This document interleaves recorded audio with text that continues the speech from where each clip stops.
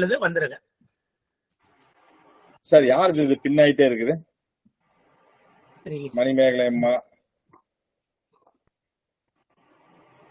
தெரியாம பண்ணிருப்பாங்க sir. Sir யாரும் பின் பண்ணிட வேண்டாம் சார்.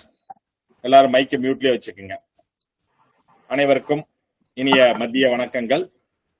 ஸ்ரீஹரி ஜோதிட நிலைய மற்றும் ஆராய்ச்சி மையம் மற்றும் கற்பக விநாயகா ஜோதிட மற்றும் ஆராய்ச்சி மையம் இணைந்து நடத்தும் ஸ்ரீ வைஷ்ணவி தேவி ஜோதிட பட்டிமன்றம் நடத்தும் 4வது பட்டிமன்றத்திற்கு வருகை புரிந்த அனைவரையும் வருக என வரவேற்கிறோம். முதலாவதாக இறை வணக்கத்தை மதிப்பிற்குரிய கிருஷ்ணகுமார் ஐயா அவர்கள் வழிநடத்துமாறு கேட்டுக்கொள்கிறோம். ஓம் அஸ்மத்குருப்யோ நமஹ. ஹரிஹி ஓம். கணானாம் த்வா கணபதிகும் ஹவாமஹே கவிம் கவீனாமுபமஸ்ரவஸ்தமம் ஜேஷ்டராஜம் பிரம்மணாம் பிரம்மணஸ்பத ஆனஸ்ருண்வன்னோதிபிஸ் சீதசாதனம். ஓம் ஸ்ரீ மகாகணபதயே நமஹ. விசுத்த விஜ்ஞான கனஸ்வரூபம் விஜ்ஞான விஸ்ராணன பத்ததீக்ஷம் தயாநிதிம் தேஹபிருதாம் சரண்யம் தேவம் ஹயக்ரீவமஹம் பிரபத்யே. ஆதித்யாய ச சோமாய மங்களாய புதாய ச குரு சுக்ர சனிभ्यश्च ராஹவே கேதவே நமோ நமः. ஓம் ஸ்ரீ ஆதித்யாதி நவக்கிரக தேவதாभ्यो நமோ நமः. த்ர்யம்பகம் யஜாமஹே சுகந்திம் புஷ்டிவர்தனம் உர்வாருகமிவ பந்தனான் மிருத்யோர்முக்ஷீயமாம்ருதாத். ஓம் சாந்தி ஷாந்தி ஷாந்தி. ஹரிஹி ஓம். ஜெயகேந்திர.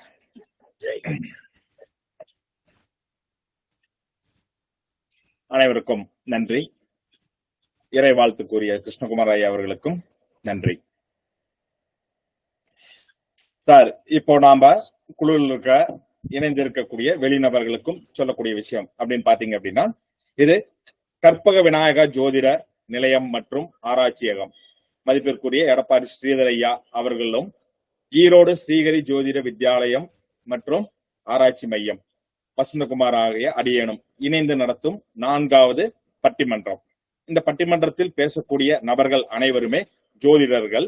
ஜோதிடம் சார்ந்து இதற்கு முன்பாகவும் நாம பல பட்டிமன்றங்கள்ல நிகழ்த்தி இருக்கிறோம்.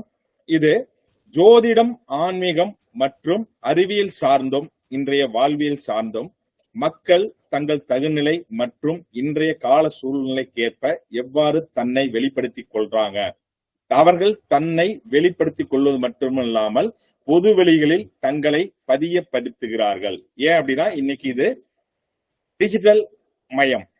சோ ஒரு பட்டிமன்றம், ஒரு மேடை அமைச்சு எல்லாத்தையும் ஒரு இடத்துல சேர்க்கக்கூடிய கால சூழ்நிலைகள் இல்ல. அதையும் தாண்டி டெக்னாலஜி போன காலத்தினால இப்ப ஒவ்வொருத்தரும் ஒவ்வொரு நாட்டுல, ஒவ்வொரு ஸ்டேட்ல அல்லது ஒவ்வொரு டிஸ்ட்ரிக்ட்ல இருந்து எல்லோரும் ஒன்றாக இந்த இடத்துல பயணிக்கிறோம். சரிங்களா? இது உங்களையும் உங்களை சார்ந்த அல்லது நீங்கள் அடுத்த கட்ட நகர்வுக்கு பயணம் அடையணும் அப்படிங்கிறதுக்காக இந்த பட்டிமன்ற நிகழ்வுகளை கொண்டு போயிட்டு இருக்கிறோம். இது மட்டுமல்லாமல் யூடியூப் வாயிலாக நீங்கள் பேச வேண்டிய கருத்துக்கள் அல்லது நீங்கள் சொல்ல வேண்டிய விஷயங்கள் அல்லது நீங்கள் ஏதோ ஒரு டாபிக்ல தலைப்புகளை பேசலாம். அந்த மாதிரி விஷயத்தையும் நாம இந்த வைஷ்ணவி தேவி யூடியூப் வாயிலாகவும் கொண்டு போயிட்டு இருக்கிறோம். இதுல இங்க இருக்கிறவங்க தான் இல்ல, இப்போ பார்வையாளராக வந்த நீங்களும் இணையலாம். சரிங்களா? அதற்குள்ள எந்த ஒரு கட்டணமும் இல்ல. அதே போல் தினமும் நாங்கள் இலவச ஜோதிட ஆராய்ச்சி மற்றும் கலந்துரையாடல் அப்படிங்கிற விஷயத்தையும் கொண்டு போயிட்டு இருக்கிறோம். ஏன் அப்படின்னா, எல்லோரும் ஜோதிடம் படிச்சிடறாங்க, ஆனா இன்றைய காலகட்டத்தில் அதை சரிவர பிராக்டிஸ் பண்றதுக்கு அவர்களுக்கு பிளாட்ஃபார்ம் இல்ல அல்லது கிடைக்கிறது இல்ல. எல்லோருக்கும் படிச்ச உடனே எல்லோரும் வந்து ஜாதகம் பார்த்துட மாட்டாங்க. சோ ஜோதிடர்கள் தினமும் ஒரு 4-5 ஜாதகங்களாவது பார்த்து அவர்கள் பலாபலன்கள் சொல்ல, இல்ல குழுவில் உள்ளவர்கள் மற்றவர்கள் சொல்லும் பொழுது அவர்கள் எந்த கண்ணோட்டத்தில் சொல்கிறார்கள். ஏன்னா ஒரு விஷயத்தை ஒவ்வொருவருக்கும் ஒவ்வொரு பார்வையாக சொல்லும் பொழுது அந்த விஷயம் ஏற்படும். அதனால அதனையும் நாங்க முன்னெடுத்து நடத்திட்டு இருக்கிறோம் சார். சீரும் சிறப்பாக நடந்துட்டு இருக்குது. பார்வையாளராக வந்திருக்கக்கூடியவர்களும் தாராளமாக கலந்து கொள்ளலாம். அப்படி ஏதாவது சந்தேகம், டவுட்ஸ் இருந்ததுன்னா எனக்கோ ஸ்ரீதர் ஐயாவுக்கோ இல்ல இந்த குரூப்ல உங்களுக்கு தெரிஞ்சவங்க யாராக இருந்தாலும் அவர்களை தொடர்பு கொண்டு இந்த குழுவில் இணைந்து கொள்ளலாம். நன்றி. விநாயகர் சதுர்த்தி விழா இன்றைய நாள் நாம பேச போறக்கூடிய விஷயம் அப்படின்னு பாத்தீங்க அப்படின்னா, இந்த இடத்தில் விநாயகரை முன்னிறுத்தி இங்க கொடுக்கிறோம். ஆனால் இந்த தலைப்பு உருவானது 1 மாத காலத்திற்கு முன்பே. அதுதான் பிரபஞ்ச ஆற்றலோ என்னவோ எங்களுக்கு தெரியல. குழந்தைகளை பற்றி பேச போறோம். குழந்தைகளை சீரும் சிறப்புமாக நல்வழியில் வளர்த்துவதற்கு தவற விடுவது இன்றைய கால சூழ்நிலையில் தந்தையா அல்லது தாயா அப்படிங்கிற டாபிக்கை தான் ஜோதிடம் சார்ந்து குழந்தைகள் அப்படின்னு வரும்பொழுது புதன் அப்படிங்கிறது பூப்படையாத குழந்தைகள் அல்லது பூப்படைந்தாலும் கல்யாணம் வரைக்கும் இல்லாத படிச்சுட்டு இருக்கக்கூடிய குழந்தைகள், குரு. இதன் அடிப்படையில் குழந்தைகளை சரிவர வழி நடத்தாமல் அவர்களை கெடுப்பது அப்படிங்கறது இந்த இடத்துல கொடுத்திருக்கிறோம். அதனை யார் தவற விடுறாங்க, அதன் அடிப்படையில நாம் இன்றைக்கு இந்த பட்டிமன்றத்தை பார்க்க போறோம். இதன் அடிப்படையில 2 அணிகளாக பிரிஞ்சிருக்காங்க, சூரியன் மற்றும் சந்திரனாக. சூரியனுக்கு ஒருங்கிணைப்பாளராக இருப்பவர் அப்படின்னு பாத்தீங்க அப்படின்னா ஜோதிட சிரோன்மணி எல் கிருஷ்ணகுமார் சென்னை அவர்கள். இல்ல சந்திரன் தான் அப்படிங்கிற அணிக்கு வழி நடத்துபவர் ஒருங்கிணைப்பாளர் யார் அப்படின்னா ஜோதிட சிரோன்மணி PS ராக்போர்ட் ராஜா திருச்சி அவர்கள் வழி நடத்துறாங்க. இதன் அடிப்படையில அவரவர்கள் அணியை சேர்ந்த அணி தலைவர்கள் மற்றும் அதனுடைய அணியில் உள்ள நபர்களை அந்த அணியின் ஒருங்கிணைப்பாளர்கள் தங்கள் அணிக்கு உண்டான விஷயத்தை முன்னெடுத்து அதனை தொடர்ந்து உங்கள் அணியில் உள்ள நபர்களையும் நீங்கள் அறிமுகப்படுத்துமாறு தாழ்மையுடன் கேட்டுக்கொள்கிறேன். வாங்க, சூரியன் அப்பாவே என்ற அணிக்கு ஒருங்கிணைப்பாளராக உள்ள கிருஷ்ணகுமார் ஐயா அவர்களை வருக வருக என வரவேற்கிறோம். அஸ்மத் குருபியோ நமஹ. அனைவருக்கும் விநாயக சதுர்த்தி வாழ்த்துக்களும் நமஸ்காரங்களும்.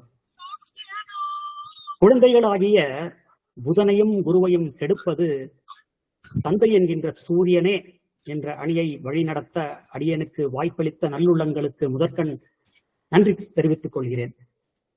எங்கள் அணியில் வாதங்களை வைக்க 4 சிறந்த ஜோதிடர்கள், செஞ்சியிலிருந்து ஜோதிட சிரோமணி கோமதி அம்மா, கோவையிலிருந்து ஜோதிட ரத்னா செல்லம் அம்மா, சென்னையிலிருந்து ஜோதிட ரத்னா நேசமணி அம்மா மற்றும் பெங்களூரில் இருந்து ஜோதிட ரத்னா ரேவதி அம்மா. இவங்க 4 பேரும் சிறப்பா பேச உள்ளாங்க. இன்னைக்கு எங்களுக்கு கொடுத்த தலைப்பு குழந்தைகளை கெடுப்பது தந்தை என்கின்ற சூரியனே என்பது. சூரியன் என்ற சொல்லை சொன்ன உடனேயே நம் மனதில் எழும் எண்ணங்கள் யாவை? சுட்டு எரிப்பது, அதிகாரம், அகந்தை, ஆணவம், கௌரவம், யாருக்கும் கட்டுப்படாமல் இருத்தல், எல்லோரையும் தன் கட்டுப்பாட்டுக்குள்ளேயே வைத்திருத்தல் போன்ற குணங்கள் தான் அடுக்கிக் கொண்டே போகலாம் நடுவர் அவர்களே. இந்த தந்தை என்கின்ற சூரியன் பல வகைகளில் குழந்தைகளாகிய இந்த புதனையும் குருவையும் படாத பாடுபடுத்துகிறார் ஐயா. இவர் இந்த தந்தை ஆட்சியா இருக்கக்கூடிய சூரியனோ அல்லது உச்ச சூரியனோ இருக்கக்கூடிய இந்த தந்தையானவர் தன்னுடைய அதிகாரத்தை, ஆளுமையை பயன்படுத்தி இந்த குழந்தைகளாகிய புதனையும் குருவையும் அடிமைப்படுத்தி அவர்களுடைய இயல்பான குணங்களை, அவர்களுடைய ஆற்றல்களை வெளிப்படுத்த ஒரு வாய்ப்பு கூட கொடுக்காமல் அவர்களை மழுக்கி தன் வசப்படுத்தி தனக்கு ஏற்ப அவர்களை ஒரு இயந்திரமயமாக ஆக்கி விடுகிறார் ஐயா இந்த தந்தை என்கின்ற சூரியன். இவர் இந்த இப்படிப்பட்ட தந்தை நீங்கள் பல திரைப்படங்களுக்குள் பார்த்திருப்பீர்கள். இப்ப அடுத்த வகையா நீச்ச சூரியன் ஐயா. இவர் என்ன செய்யறாரு? இவர் ஒரு டம்மி பீஸ் ஐயா. இவர் குழந்தைகளுடைய வளர்ச்சிக்கு எந்தவித பங்களிப்பும் தராமல், எந்தவித வழிகாட்டுதல்களும் தராமல் அவர்கள் திசை மாறி செல்வதற்கு இந்த தந்தை என்கின்ற நீச்ச சூரியன் காரணமாக ஆகிவிடுகிறார். இது போதாதுன்னு அடுத்த ஸ்டெப். இப்ப நம்ம ஐயா அடிக்கடி சொல்லுவது உண்டு நம்ம நிகழ்வுகள்ல, இந்த சூரியன் காரகத்துவம் என்ற குடும்ப தலைவன் என்கின்ற நாம் எல்லோரும் ஒரு டம்மி பீஸ், ம். ஒரு பைசாக்கும் பிரயோஜனம் இல்லைன்னு சொல்லுவார். அததான் நாங்க இன்னைக்கு பேச வந்திருக்கிறோம். அதாவது உங்களை நீங்களே தாழ்த்தி பேசி நீங்களே மார்க் வாங்கிக்கலாம்னு வந்துட்டீங்க. அடுத்து ஐயா, இந்த குரு புதனும் பாவையா, ரொம்ப ரொம்ப பாவையா. அவங்க பாட்டுல தங்களுக்கு தெரிஞ்ச விஷயங்களை சிவனேன்னு நேர்கதியில செஞ்சுட்டு இருக்காங்கய்யா. இந்த தந்தையாகிய சூரியன் அவர்களை வக்கரமாக்கி அவர்களுக்கு எதை செய்யணும் எதை செய்யக்கூடாது என்று ஒரு குழப்பத்தை ஏற்படுத்தி ஒரு தெளிவற்ற நிலைக்கு இந்த தந்தையாகிய சூரியன் அவர்களை தள்ளிவிட்டு விடுகிறார்கள் ஐயா. ஐயா, இது போதாது என்று பார்த்தால் இந்த தந்தையாகிய சூரியன் இவர்களுக்கு மிக அருகில் வந்து கட்டி அணைத்து இவர்களை அஸ்தங்கம் செய்து டோட்டலா கொலாப்ஸ் பண்ணினார் ஐயா. சச்சோ. ஐயா, இந்த குரு நீங்க சொல்லலாம் இந்த மாதிரி புதனுக்கு வந்து அஸ்தங்கம் தோஷம் இல்லையே என்று. ம். இந்த அஸ்தங்கம் இந்த புதனுக்கு செல்லத்தை கொடுத்து கெடுத்துறாரு ஐயா. இந்த குருவை வந்து அடிமைப்படுத்தி அவருடைய குணங்களை பிரதிபலிக்க விடாமல் கெடுத்து விடுகிறார் ஐயா. இப்படி இந்த தந்தையாகிய சூரியன் ஒன்று தன்னுடைய அதிகாரத்தினால், இல்லை என்றால் தன்னுடைய இயலாமையினால் ம். இந்த குழந்தைகளாகிய புதனையும் சூரியனையும் அவர்களுக்கு தீங்கு மட்டுமே விளைவித்துக் கொண்டிருக்கிறார்கள். நடுவர் அவர்களே, நம்முடைய எதிரணியில் ம். தலைமை தாங்கி இருக்கும் நமது சாந்தி அம்மா இருக்கிறார்கள். அவர்கள் தன்னுடைய குழந்தையை மிகச் சிறப்பாக வளர்த்துக் கொண்டிருக்கின்ற, மிகச் சிறப்பாக வழி நடத்தி கொண்டிருக்கின்ற ஒரு சிறந்த தாயையா. அவர்கள் குழந்தைகளை கெடுப்பது தாய்தான் என்ற அணிக்கு தலைமை தாங்கி வந்திருப்பது ஏற்புடையத ஐயா. நடுவர் அவர்களே, சற்று அவங்க யோசிங்கள் ஐயா. அவங்க பேசுறத நான் வச்சு பிடிக்கிறேன் சொல்லிடுறேன். ஐயா. ம். ஐயா, அவர்கள் என்ன நினைத்துக் கொண்டிருப்பார்கள் என்று நான் கூறுகிறேன் ஐயா. தப்பான அணியில வந்து மாட்டிக்கிட்டோம், ம். எதிரணியில இருந்தா உண்மையை பேசி வாதம் செஞ்சிருக்கலாம் நினைச்சிட்டு இருப்பாங்க அவங்க. ம்ஹும். ஐயா, காரணம் என்னவென்றால் இவர்களுடைய வாழ்க்கையில் இந்த சூரியன் என்கின்ற உயிர் காரகத்துவம் இவர்களுக்கு கொடுத்திருக்கும் பல இன்னல்களையும் மன உளைச்சல்களையும் ஐயா. ம்ஹும். இவர்கள் எங்க அணியில் இருந்திருந்தால் இந்த சூரியனை கழுவி கழுவி ஊத்தி அந்த மன உளைச்சல்களுக்கு ஒரு பிராயச்சித்தம் தேடிக்கொண்டிருக்கலாம் ஐயா. அணியை பிரிக்கும் போதே சொல்லி நீங்க அதை பண்ணிருக்கலாமே. ஆக சொல்லுங்க. ஆக ஐயா, எப்படி பார்த்தாலும் நீங்கள் வாழ்க்கையின் ஒரு யதார்த்தமான அமைப்பின் அடிப்படையில் பார்த்தாலும், ஜோதிட ரீதியாக பார்த்தாலும், இந்த குழந்தைகளாகிய புதனையும் குருவையும் கெடுப்பது சூரியனே என்று நீங்கள் தீர்ப்பு கூறுவீர்கள். அந்த தீர்ப்பினால் வெற்றி அடையும் நாங்கள் மகிழ்ச்சி அடைவதை காட்டிலும் எதிரடியில் உள்ள பெண்கள் அதிக மகிழ்ச்சி அடைவார்கள் என்பதை ஆணித்தரமாக கூறிக்கொண்டு வாய்ப்பளித்த நல்லுள்ளங்களுக்கு நன்றி கூறி அமைகிறேன். நன்றி, வணக்கம் ஐயா. வாழ்த்துக்கள், வாழ்த்துக்கள் சார். அருமையான பேச்சு. சூரியன் உச்சம் அடைஞ்சாலும் கெடுக்கிறாரு, மறைஞ்சாலும் கெடுக்கிறாரு. அப்ப எப்பயுமே அவர் புதன் குருவை பார்ப்பதே இல்லையா? புதன் குருவிற்கு எந்த ஒரு நன்மையும் செய்யவே இல்லையா அப்படிங்கிறத ஆணித்தரமா வச்சிருக்காரு. அருமையான வாதம். ஒரு குழுவை வழி நடத்தி ஒருங்கிணைப்பாளர் என்ன பேசணுமோ அதை சிறப்பாக பேசிட்டார். இதற்கு நேர் எதிர்கோள் போடுவதற்காக வேதாமித்ரா ஐயா, அதாவது PS ராக்போர்ட் ராஜமித்ரா ஐயா திருச்சியிலிருந்து, இல்லை புதனையும் குருவையும் கண்டுக்காமல் செல்லம் கொடுத்து கெடுப்பது சந்திரன் தான் அப்படிங்கிற முன்னுரையை வைக்க வரார். வாருங்க, வருக வருக என வரவேற்கிறோம். ஜோதிட சொந்தங்களுக்கும் எனது இனிய வணக்கம், பிரபஞ்சத்துக்கும் எனது இனிய வணக்கம். ஆசான் இருவருக்கும் பாதத்துக்கு நமஸ்கரிக்கிறேன். எனக்கு இந்த வாய்ப்பை ஏற்படுத்தி கொடுத்த ஆசான்களுக்கும் எனது நன்றிகள். ஐயாவே முடிச்சுட்டாரு. ஏன்னா எதிரணியில இருக்கக்கூடிய பெண்கள் அப்படின்னு சொல்லி முடிச்சுட்டாரு. அது பெண் தான், அதுலயே தெரிஞ்சு போச்சு பெண்கள் தான் அப்படிங்கிறது அவரே ஒத்துக்கிட்டு தான் போயிருக்காரு. வள்ளுவர் பெருந்தகை, நாம் வள்ளுவரும் ஜோதிடன் என்கிற காரணத்தினால் நாம் வள்ளுவரின் வாக்கை தொடாமல் போவது சிறப்பல்ல. அதனால் வள்ளுவனுடைய வாக்கை இங்கே சொல்றேன் ஐயா. தம் பொருள் என்பதான் மக்கள், அவர் பொருள் தம் தம் வினையாய் வரும் என்று வள்ளுவன் பெருந்தகை அங்கு பதிவிடுகிறார்.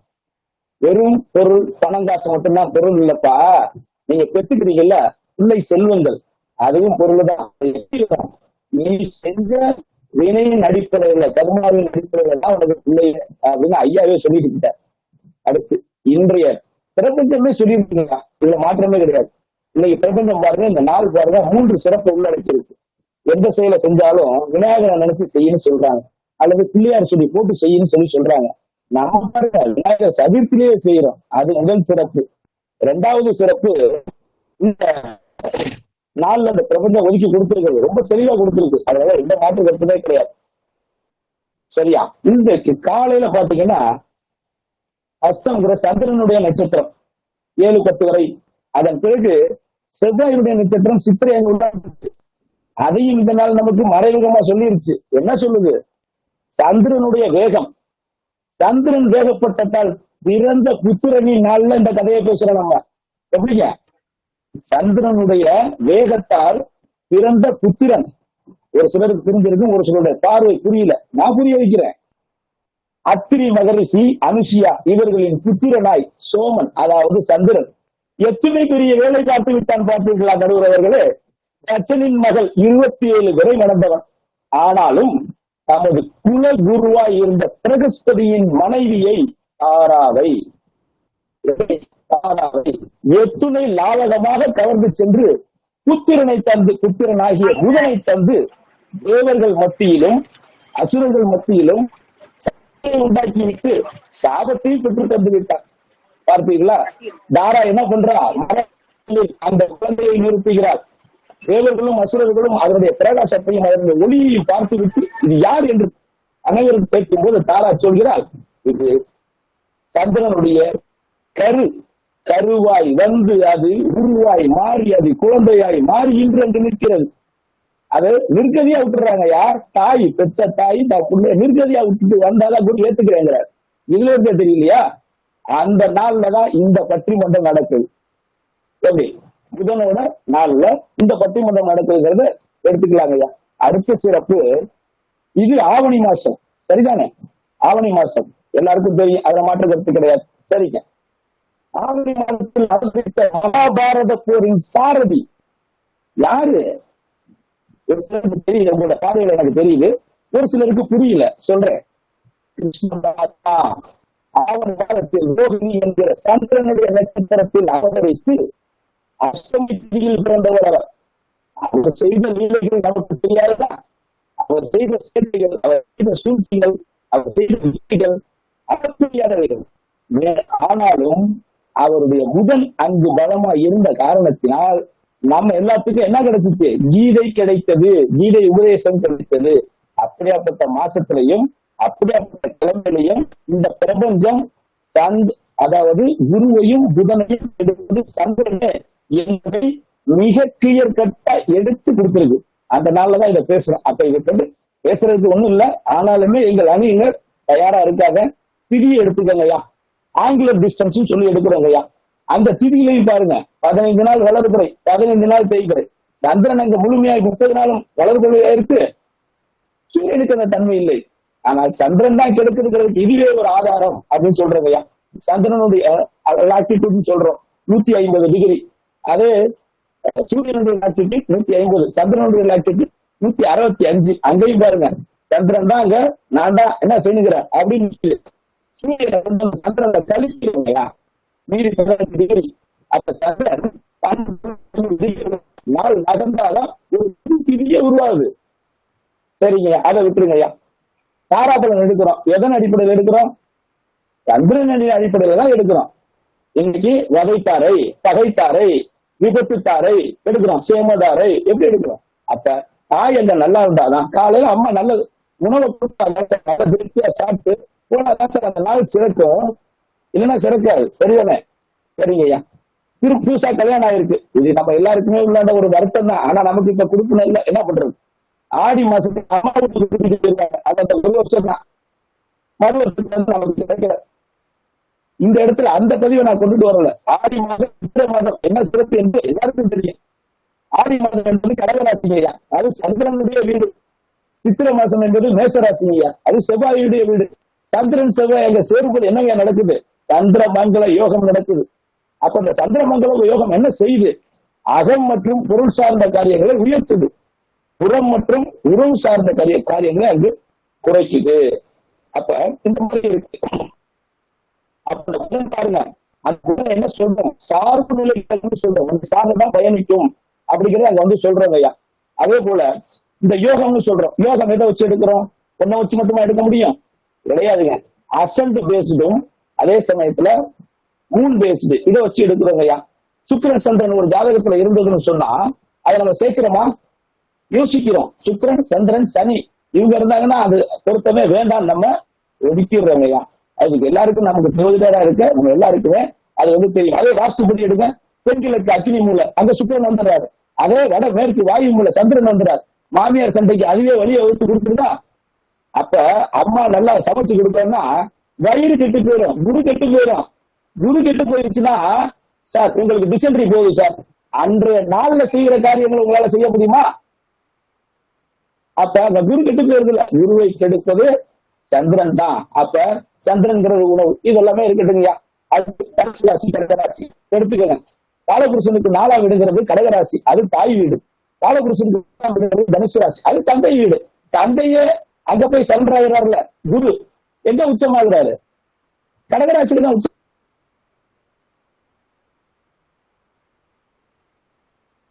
ஓகே, சந்திரனில பேச வேண்டிய அத்தனை தலைப்புகளையுமே ஒருங்கிணைப்பாளர் பேசிட்டாருன்னு நினைக்கிறேன். சரி, பார்த்தா மீதி நான் கொடுத்துறேன். ஓகே, சந்திரன் அணியோடைய ஒருங்கிணைப்பாளருடைய நெட்வொர்க் இஷ்யூஸ்னால சந்திரன் அணியே அப்படிங்கிற அணிக்கு தலைமையேற்று கத்தாரில் இருந்து எம் சாந்தி மகேந்திரன் அவர்கள் பேச இருக்கிறாங்க. மேட்டுப்பாளையம் சிறுமுகையிலிருந்து சி சித்ரா ஜோதிட ரத்னா அவங்க பேச இருக்காங்க. அவங்களை அடுத்து ஜோதிட ரத்னா ராஜாத்தி யுவராஜ் பெங்களூர்ல இருந்து பேச இருக்காங்க. அடுத்தது ஜோதிட ரத்னா ஜெயராணி இலங்கையிலிருந்து பேச இருக்காங்க.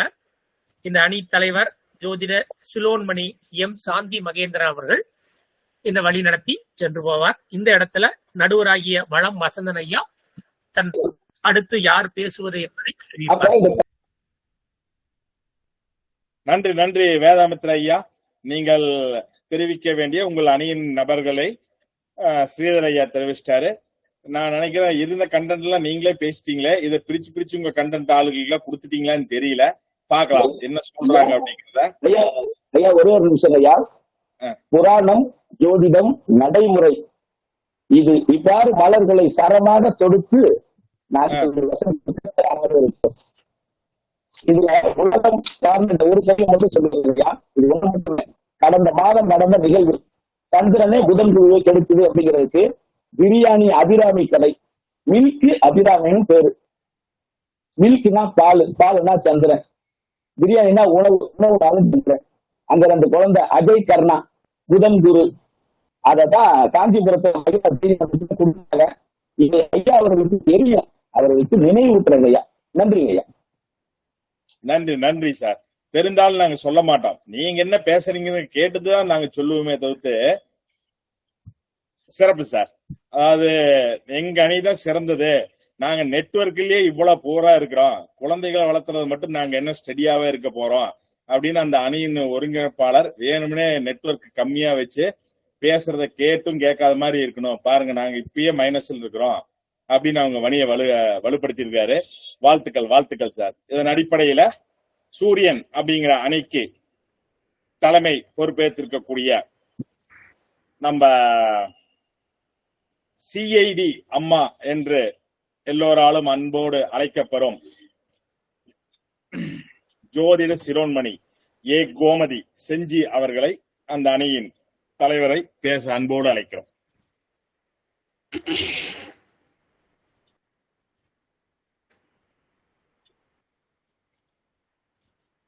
நீங்க பேசலாமா?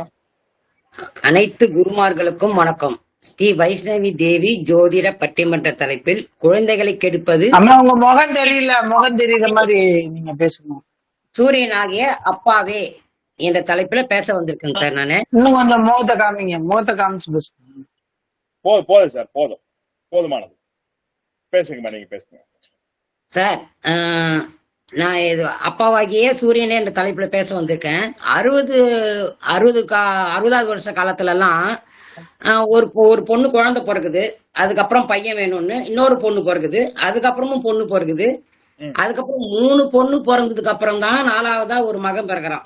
ஒரு 60 காலத்துல ஒரு பொண்ணு குழந்தை பிறக்குதுன்னா அந்த பையன் பிறக்கும் போதெல்லாம் 70, 71, 75 காலத்துல வந்துருது. அப்போ அந்த சரி நம்மளுக்கு வாரிசு வேணும், திதி தர்ப்ப கொடுக்க வேணும், அதுக்குதான் இவர் பையனை பெத்துக்கிறாரு அப்படின்னா இவரு தான் அந்த பசங்களெல்லாம் வழி நடத்தி வரணும், எல்லாத்துக்கும் நல்லது கெட்டதெல்லாம் பார்க்கணும். ஆனா இவர் என்ன பண்ணிடுறாருன்னா அந்த பெண்களுக்கு உண்டான நல்லது கெட்டது பாக்குறதுக்கெல்லாம் மகனாகி நீயே தான் பார்க்கணும். அவருக்கு சின்ன வயசுலயே ஒரு 10 வயசுலயே நீ விவசாயம் சார், அவங்க எங்க ஊர்ல நடந்த உண்மை இது, விவசாயம். அவங்க 6 வயசுல ஏர் ஓட்ட கத்து கொடுத்து அவங்க பெரிய பொண்ணு கட்டி கொடுக்குறாங்க, சின்ன பொண்ணு கட்டி கொடுக்குறாங்க, 3வது பொண்ணு கட்டி கொடுத்து அந்த மகனுக்கு எப்ப திருமணம் முடிஞ்சு அவன் எப்போ லைஃப் செட்டில் ஆகுறது. சரி இதுதான் 60 காலில் நடக்குது பொழுது. இப்ப கால தேச வர்த்தமான பிரகாரம் இப்பெல்லாம் எங்க அதே மாதிரி எல்லாம் நடக்குதுன்னு பார்த்தா, இன்னைக்கு கண் செக்கப்புக்கு நான் போயிருந்தா அங்க ஒரு 2 பொண்ணு பிறந்து 3வதா ஒரு பையன் பிறந்து ஆண்டி பாத்துக்கங்க அப்பாவன்னு சொல்லி விட்டுட்டு போறாரு. கடைசியில நீ என்ன தம்பி படிச்சிருக்கேன்னா 2002 தான் பிறந்திருக்கான் என் பையன், நான் வெறும் பிகாம் தான் படிச்சிருக்கிறேன். பார்த்தா 2 அக்காவை நாங்க கட்டி கொடுத்தோம், அதுக்கு செய்யறதுக்காகவே எங்க அப்பா எங்களுக்கு அனுப்பல ஸ்கூலுக்கு, நான் தான் சம்பாரிச்சு படிச்சு நான் தான் இனிமே ஸ்கூலுக்கு இது பண்ணணும், காலேஜ் எல்லாம் போகணும்னு அந்த தம்பி. சரி இப்ப இருக்கிற காலகட்டத்துல ஒண்ணு பேக்கறதுக்கே எப்பறம் அப்பான்னு இருக்குது அப்படின்னு அந்த ஒரு பசங்களை பேக்கறவங்களும் என்ன பண்றாங்க, விஐபில போய் குடும்பம் இருக்கிறோம், நாங்க அந்த அபார்ட்மெண்ட்ல தான் போய் குடும்பம் இருக்கிறோம்னு அங்க போய் குடும்பம் இருக்கிறாங்க. அந்த பசங்க அங்க இருக்கிற சூழ்நிலை வச்சுதான் அதுங்க வளருது. நல்லது கெட்டதெல்லாம் அதுங்களுக்கு எதுவும் தெரியல. நம்ம கிராமத்துல 10 பசங்க கூட வளர்ந்தோம், அது இது எல்லாம் தெரியும். இப்ப இருக்கிற காலகட்டத்துல அது தெரியல. நான் இஎம்ஐ கட்டுறேன், வண்டிக்கு டியூ கட்டுறேன், எல்லாம் கட்டுறேன்னு பொண்டாட்டிக்கிட்டு சுடு இருந்தது. ஆனா பசங்க கிட்ட அது காட்டுறது கிடையாது. அந்த பசங்க 2000 ரூபாய் கார் கேட்டாலும் சரி, 3000 ரூபாய்க்கு எது கேட்டாலும் சரி, கேட்கும் போதெல்லாம் வாங்கி கொடுத்துருது. ஏன்னா அப்பா நல்ல பேர் வாங்கணுமே. அதே மாதிரி செல்லம் சின்னதுலயே அந்த பசங்களுக்கு கஷ்ட நஷ்டம் சொல்லி வளர்த்துருந்தா அந்த பசங்களுக்கு எப்படி தெரியாம போகும். ஓ நம்ம அப்பா கஷ்டப்பட, நம்ம அம்மா கேட்டா எது வந்தாலும் சின்ன பசங்க போய் எது யாரை ஃபர்ஸ்ட் கேட்பாங்க, அம்மா இது வேணும் அது வேணும்னுவாங்க. அந்த பசங்க அவங்களுக்கு குடும்ப கஷ்டம் தெரிஞ்சு வேணாம்ப்பா அப்பா கஷ்டப்படுறாரு அதெல்லாம் வேணாம், நீ கேட்டா கூட அப்பா வேணாம் சொல்லுவாருன்னு சொன்னா இவரு என்ன பண்றது, பசங்கள்கிட்ட நல்ல பேர் வாங்கிக்கணும்ல, அதுக்காக என்ன பண்றது, கேட்கறதெல்லாம் வாங்கி கொடுத்துறது.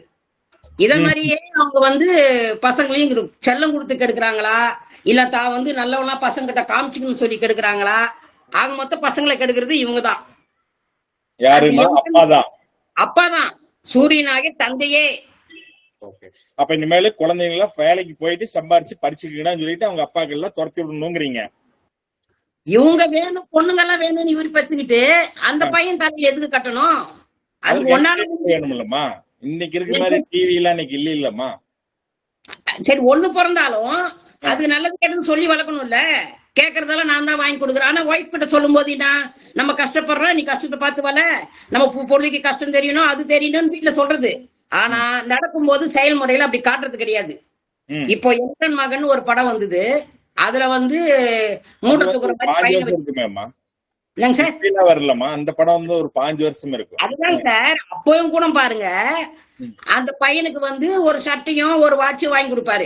ஐயோ அப்பா நம்மளுக்கு பாசமா வாங்கி கொடுத்துட்டாரு அப்படின்னு போய் புது ட்ரெஸ் எல்லாம் மாட்டின்னு வரும்போது பார்த்தா அங்க ஒரு ஃப்ரெண்டு கேட்பாரு, இது வேலை செய்யற பசங்களுக்கு கொடுக்க வேண்டிய ட்ரெஸ் தானப்பா, நம்ம பசங்க நல்லதா அழகு போட்டு பாக்குறது தானே, நீ என்னப்பா இதே மாதிரி கொடுத்துட்ட அப்படின்னு கேட்கும் போது ஐயோ அப்பா பிரியாதான் கொடுத்துட்டாரு பழகுதுன்னு சொல்லிட்டு அவன் வீட்டுல அழுது படுத்துட்டு இருக்கான். அது சாப்பாடெல்லாம் போட்டு ஊட்டி இந்தான்னு ஊட்டி விடுவாரு. கடைசியில பார்த்தா அவனுக்கு ஈரல் பிடிக்காதுன்னே தெரியல, அந்த அளவுல தான் அவங்க அப்பா லட்சணம் இருக்குது அந்த வீட்டுல. அவன் சாப்பிட்டுட்டு துப்பும் போது பார்த்தா பிடிக்கலன்னு வீட்டுல சொல்றாங்க அம்மா. அப்பயும் பாரு நீ மூட்டை தூக்கணும், உனக்கு ஸ்ட்ரென்த் வரணும், அதனால நீ இதெல்லாம் சாப்பிடு அப்படின்னு பாசத்திலே கெடுக்கிற மாதிரியும் வற்புறுத்தி கெடுக்கிற மாதிரியும் அவர் ரொம்ப தொந்தரவு பண்றாரு. அந்த படம் கிளைமேக்ஸ் பாத்தீங்களாமா, அந்த பையனை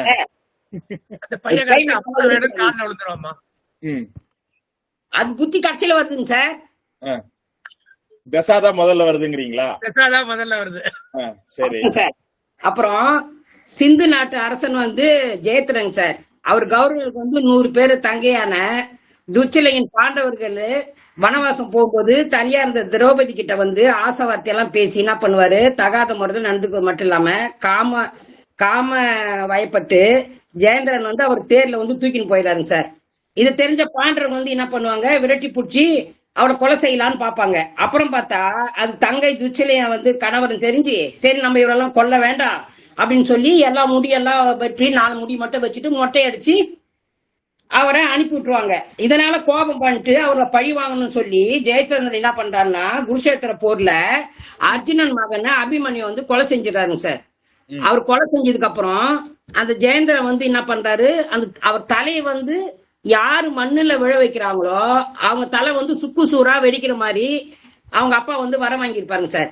இதை அறிஞ்ச கிருஷ்ணர் என்ன பண்ணுவாரு, ஒரு சூழ்ச்சி செஞ்சு அர்ஜுனன் அம்பு வந்து ஜெயேந்திரன் தலையில பறிச்சு அந்த தந்தை மடியிலே போய் விழுந்து ஜெயேந்திரனையும் அவன் தந்தை மண்ணுல அவங்க அப்பா தள்ளி விடும் போது அவரே சுக்கு சூறா போற மாதிரி கிருஷ்ணர் பண்ணிடுறாருங்க சார்.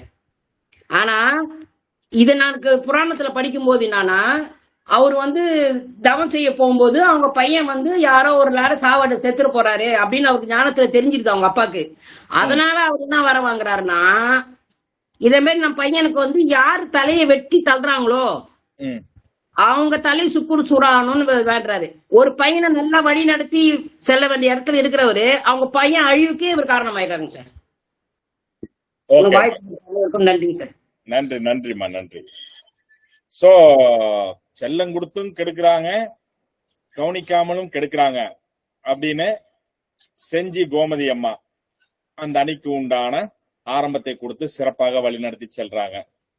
இதற்கு எதிர்வாதமா இல்ல சந்திரன் தான் செல்லம் கொடுத்து கெடுக்கிறாரு அப்படின்னு அந்த அணியின் அணி தலைவராக கத்தார் சாந்தி அம்மா அவர்களை அன்போடு அழைக்கிறோம். வாங்கம்மா. வணக்கம்.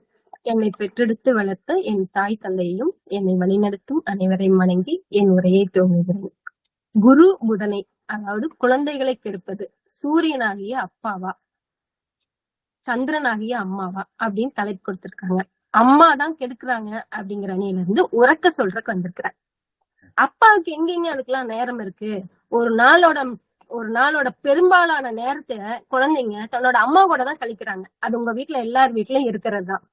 சில அம்மாக்களை பாருங்க, ஓடி ஆடுற வயசுல குழந்தைங்களை கீழேயே விட மாட்டாங்க. அப்படியே விட்டு அந்த குழந்தை நடக்கும்போது தடிக்கு விழுந்தா கூட ஓடி போய் என் பிள்ளைக்கு என்னாச்சு அப்படின்னு ரொம்ப பதறி போவாங்க.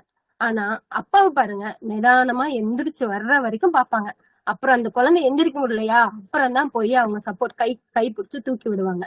அதே மாதிரி அம்மாக்கள் குழந்தைங்களை அந்த வயசுல சைக்கிள் ஓட்டுறதுக்கோ மரம் ஏறுறதுக்கோ நீச்சல் பழகிறதுக்கோ விட மாட்டாங்க. ஏன்னா அவங்களுக்கு அவ்வளவு பயம். ஏங்க, வாழ்க்கைனா விழுந்து எழுந்து கத்துக்கிறதானே. ஆனா அப்பா எல்லாத்தையும் அடிபட்டு கத்துக்க வைக்கணும்னு நினைப்பாங்க.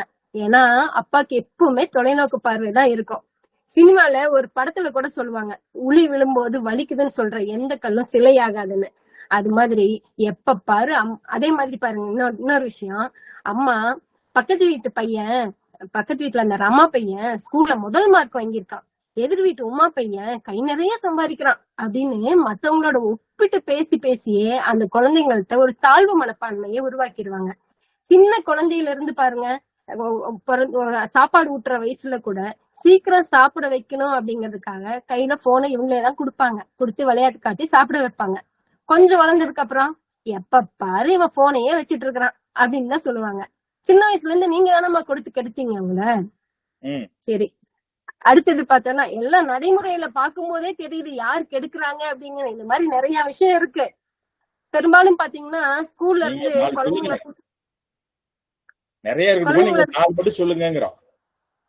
குழந்தைங்களை ஸ்கூல்ல இருந்து கூட்டிட்டு வரக்கு அம்மா தான் போவாங்க.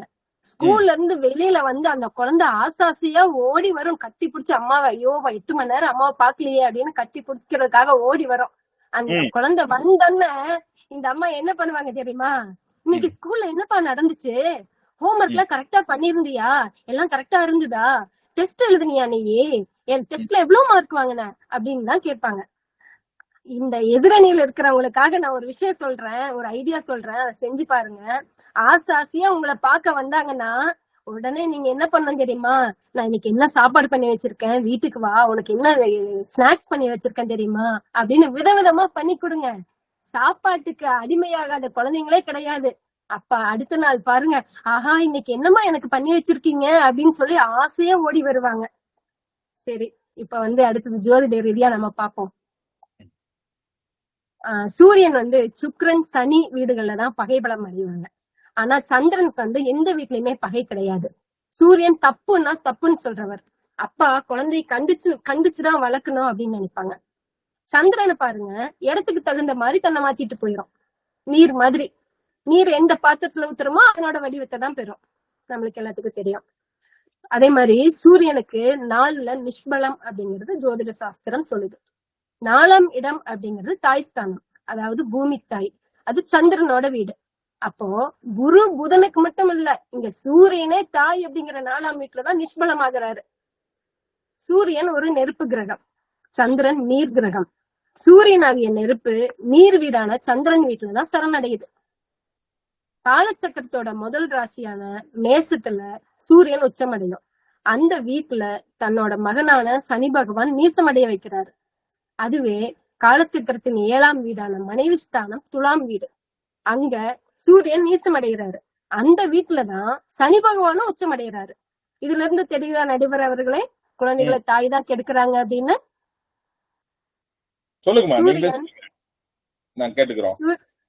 சூரியன் ராகு கேது நட்சத்திரங்கள்ல தான் உச்ச நீசம் ஆகும். ஆனா சந்திரன் சூரியனோட நட்சத்திரமான ரிஷப ராசியில இருக்கிற கிருத்திகை நட்சத்திரத்துலதான் உச்சமடைகிறாரு.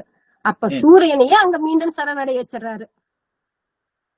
அடுத்தது குருவுக்கு 6, 8, 12 சந்திரன் வரும்போது சகட யோகம் வேலை செய்யும். அதாவது வீட்டுல பாத்தீங்கன்னா அம்மா வந்து பணத்தை சேமிச்சு வைக்கிறங்கிற பேர்ல எங்கெல்லாம் முடியுமோ அங்கெல்லாம் மறைச்சு வைப்பாங்க.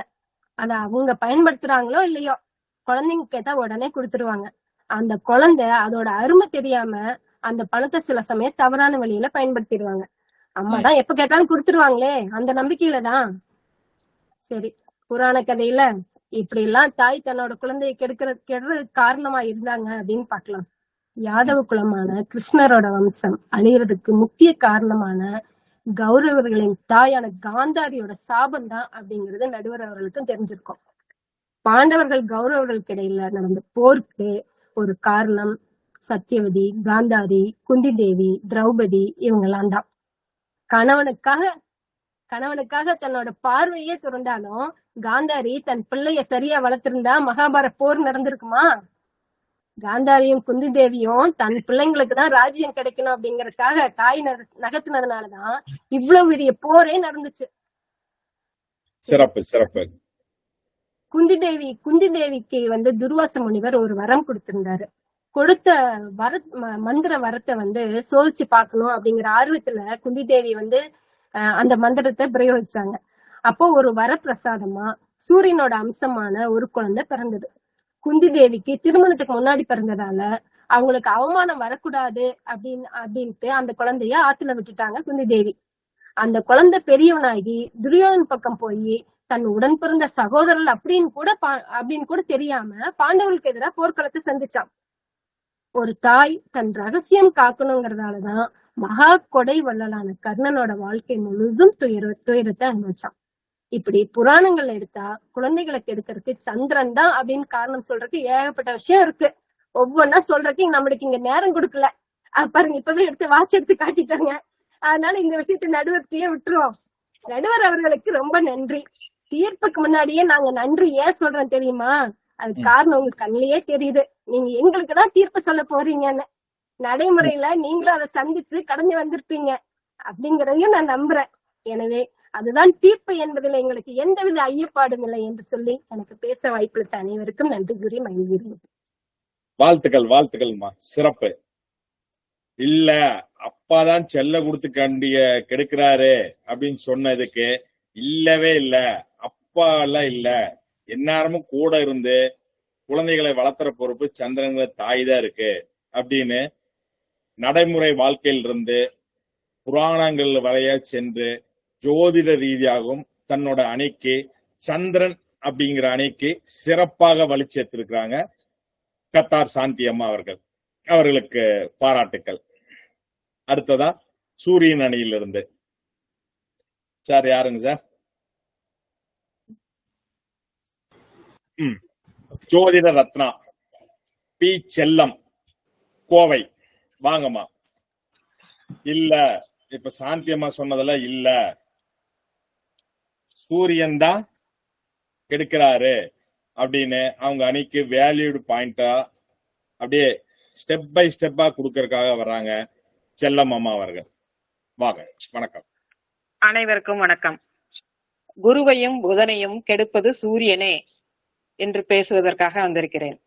இத புராண காலத்திலிருந்து பார்த்தா, ராமர் வனவாசம் போனது அவங்க அப்பாவால. சரி, அவர் தான் வனவாசம் போனாரு, அவருக்கு பிறந்த குழந்தைங்களையாவது நல்லபடியா பார்த்தாரா? அதுவும் இல்ல. லவனும் குசனும் கஷ்டப்படுவதற்கு ராமனே காரணமாக இருந்தாரு. சரி, இப்போ அது புராண காலத்துல. இப்போ தற்காலத்துல என்னோட குடும்பம், எனக்கு குடும்பமாகி 2 குழந்தைங்கள் ஆனதுக்கு அப்புறம் எனக்கு 2 குழந்தைங்களை கவனிக்கிறதுக்கு எங்க வீட்டுக்காரு வெளியில வேலை வேலை வேலைன்னு போயிருவாரு, கவனிக்க மாட்டாரு. எங்க மாமியார்கிட்ட முறையிடுறேன், அத்தை என்ன இப்படி குழந்தைங்களை கவனிக்கிறதே இல்ல, எந்த உதவியும் கிடைக்கிறது இல்ல, கவனிக்க மாட்டேங்கிறான்னு எங்க மாமியார்ட்ட சொன்னா, அம்மாமா கணவர் எல்லாம் தொழிலுக்காகவும் வேலைக்காகவும் வெளியில சென்று வருவாங்க, குடும்ப பெண்மணி தான் குடும்பத்தை பாத்துக்கணும், இது நமக்கு வழி வழியா வந்தது, நம்ம தான் குடும்ப பசங்களை கவனிச்சுக்கணும் அப்படிங்கிற விஷயம் எங்க மாமியார் எடுத்து சொல்லி அது வழியாதான் போய்கிட்டு இருக்கு. சூரியன் கண்டுக்கிறதே இல்லை இப்பவும், அதுதான் நடைமுறைக்கு வாழ்க்கைக்கு இருந்துகிட்டு இருக்கு. சரி, அப்போ என்னமா பண்ணுவீங்க? ஆமாங்க சார், அதனாலதான் சார் அப்போ சூரியன் எங்கெல்லாம் இருக்குது அப்ப பயணிக்குது அப்படின்னு பார்த்தா 12 மாதமும் ஒவ்வொரு மாதமாக பயணிச்சு சூரியன் பயணிக்குது. சூரியன் மேஷத்துல உச்சமாகுது, துலாத்துல நீசமாகுது. இப்ப இதை எடுத்து போய் சூரியன் உச்சமாகிற இடத்துலயாவது குடும்பத்தை நல்லபடியா வச்சிருக்கிறாங்களா அப்படின்னு கேட்டவனா, அவங்களும் அதேதான் சொல்றாங்க. எங்க வீட்லயும் இதேதான், வெளியில போய் நல்லா சம்பாதிச்சுட்டு வருவாரு, நல்லா இருப்பாரு, ஆனா அவர் சொல்படிதான் குடும்பம் மொத்தமும் கேட்கணும், அவர் இச்சைப்படிதான் கேட்கணும், அவர் சொன்ன கலர்ல தான் உடை உடுத்தணும், அவர் சொல்ற சாப்பாடு தான் செய்யணும் அப்படின்னு குடும்பத்துல அவரோட ஆட்சி தான் நடக்கும், அவர் சொன்னபடிக்கு கேட்கணும் அப்படின்னு அவங்க சொல்றாங்க. சரி, நீசமான வீட்டுல எடுத்து பார்க்கலாம் அப்படின்னு அவங்க வீட்டுல எடுத்து பார்த்தா, அந்த அவர் வீட்டு தலைவர் குடும்பத்தை விட்டு எங்கேயோ போயிடுறாரு. இந்த வீட்டை விட்டு போனதுனால அவரோட பாரத்தை அவரோட குழந்தையும் பையனும் பொண்ணும் அந்த வீட்டம்மாவும் 3 பேரும் சேர்ந்து வேலைக்கு போறாங்க. அவரோட பங்களிப்பை கொடுக்கறதுக்கு 3 பேருமே உழைக்கிறாங்க. அதுதான் நடைமுறையில பாக்குறது. சரி, எல்லார் வீட்லயும் என்னெல்லாம் குடும்ப தலைவர்கள் எப்படி எல்லாம் இருக்கிறாங்க அப்படின்னு பார்க்கும்போது, இப்போ நடைமுறை வாழ்க்கையில பொண்ணுங்க மேல அலாதி பிரியமா இருக்கிறாங்க. பையனை காட்டிலும் வீட்டு தலைவர் பொண்ணுங்க மேல அலாதி பிரியம் இருக்கிறாங்க. பொண்ணுங்களுக்கு வேணுங்கிறத செய்யறாங்க. அதனால என்ன நடக்குது, அந்த பொண்ணை கல்யாணம் பண்றதுக்காகவே பொண்ணு பொருள் சேர்த்து கல்யாணம் பண்ணி கொடுத்து கடன் பட்டு மறுபடியும் அந்த கடனை கொண்டு வந்து பையன் மேல கொடுத்து இதுபடிதான் இந்த மாதிரி வாழ்க்கை நிலை போய்கிட்டே இருக்கு. இதனால பாதிக்கப்படுறது குருவும் புதனும் ஆகிய குழந்தைகளே அப்படிங்கறதான் நான் சொல்றேன். நானு நன்றிங்க சார். வாழ்த்துக்கள். வாய்ப்பளித்து குருமார்களுக்கு நன்றி. முதல் பட்டிமன்றம். முதலாவதாக புதன் அப்படிங்கிற கன்னி பேச்சை பதிய வைத்துள்ளார் கோவையை சேர்ந்த செல்லம் அம்மா அவர்கள். சிறப்பு. நன்றி சார். நன்றி நன்றி நன்றி. அதாவது வெளியில சம்பாதிக்கிறதுக்கு தான் சூரியனுக்கு தெரியுமே தவிர்த்து வீட்டுல யாருக்கு என்ன பண்ணணுங்கிற அறிவு சூரியனுக்கு கிடையாது. அவருக்கு வெறும் அதிகாரம் மட்டும்தான் பண்ண தெரியுது. குழந்தைகளை எப்படி வழி நடத்தி அவர்களை கொண்டு போய் சேர்க்கணுங்கிறது தெரியாது. சோ ஒரு குழந்தைகளை நல்லபடியா வளர்த்துறதுங்கிறது சந்திரன் தான், சூரியனால வளர்த்த முடியாது, கெடுத்துறாங்க அப்படின்னு தன்னோட வேலிட் பாயிண்ட மிக ரத்தன சுருக்கமா வச்சுட்டாங்க. இல்ல மறுபடியும் சந்திரன் தான் அப்படின்னு அந்த அணியிலிருந்து ஜோதிட ரத்னா மேட்டுப்பாளையத்தை சேர்ந்த சி சித்ரா அம்மா அவர்களை வருக வருக என வரவேற்கிறோம். வாங்கம்மா.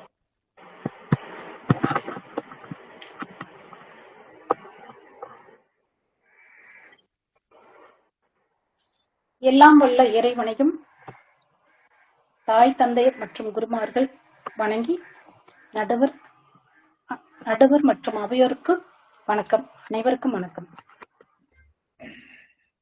நான் பேச வந்த தலைப்பு குரு புதனாகிய குழந்தையை கெடுப்பது சந்திரனாகிய தாயை என்பது பற்றி. காலபுருஷனுக்கு 8வது வீடு என்பது விருச்சிக ராசி என்பது. 8 என்பது மனக்குழப்பம், நிம்மதியின்மை தரும். மேச ராசிக்கும் விருச்சிக ராசிக்கும் அதிபதி செவ்வாய். செவ்வாயின் அதிதேவதை முருகன். அதனால்தான் நான் இந்த இடத்தில் முருகப்பெருமானின் புராண காலத்திலிருந்து ஒரு விளக்கத்தை கொடுக்க இருக்கிறேன். மாங்கனிக்கான போட்டி வந்தபோது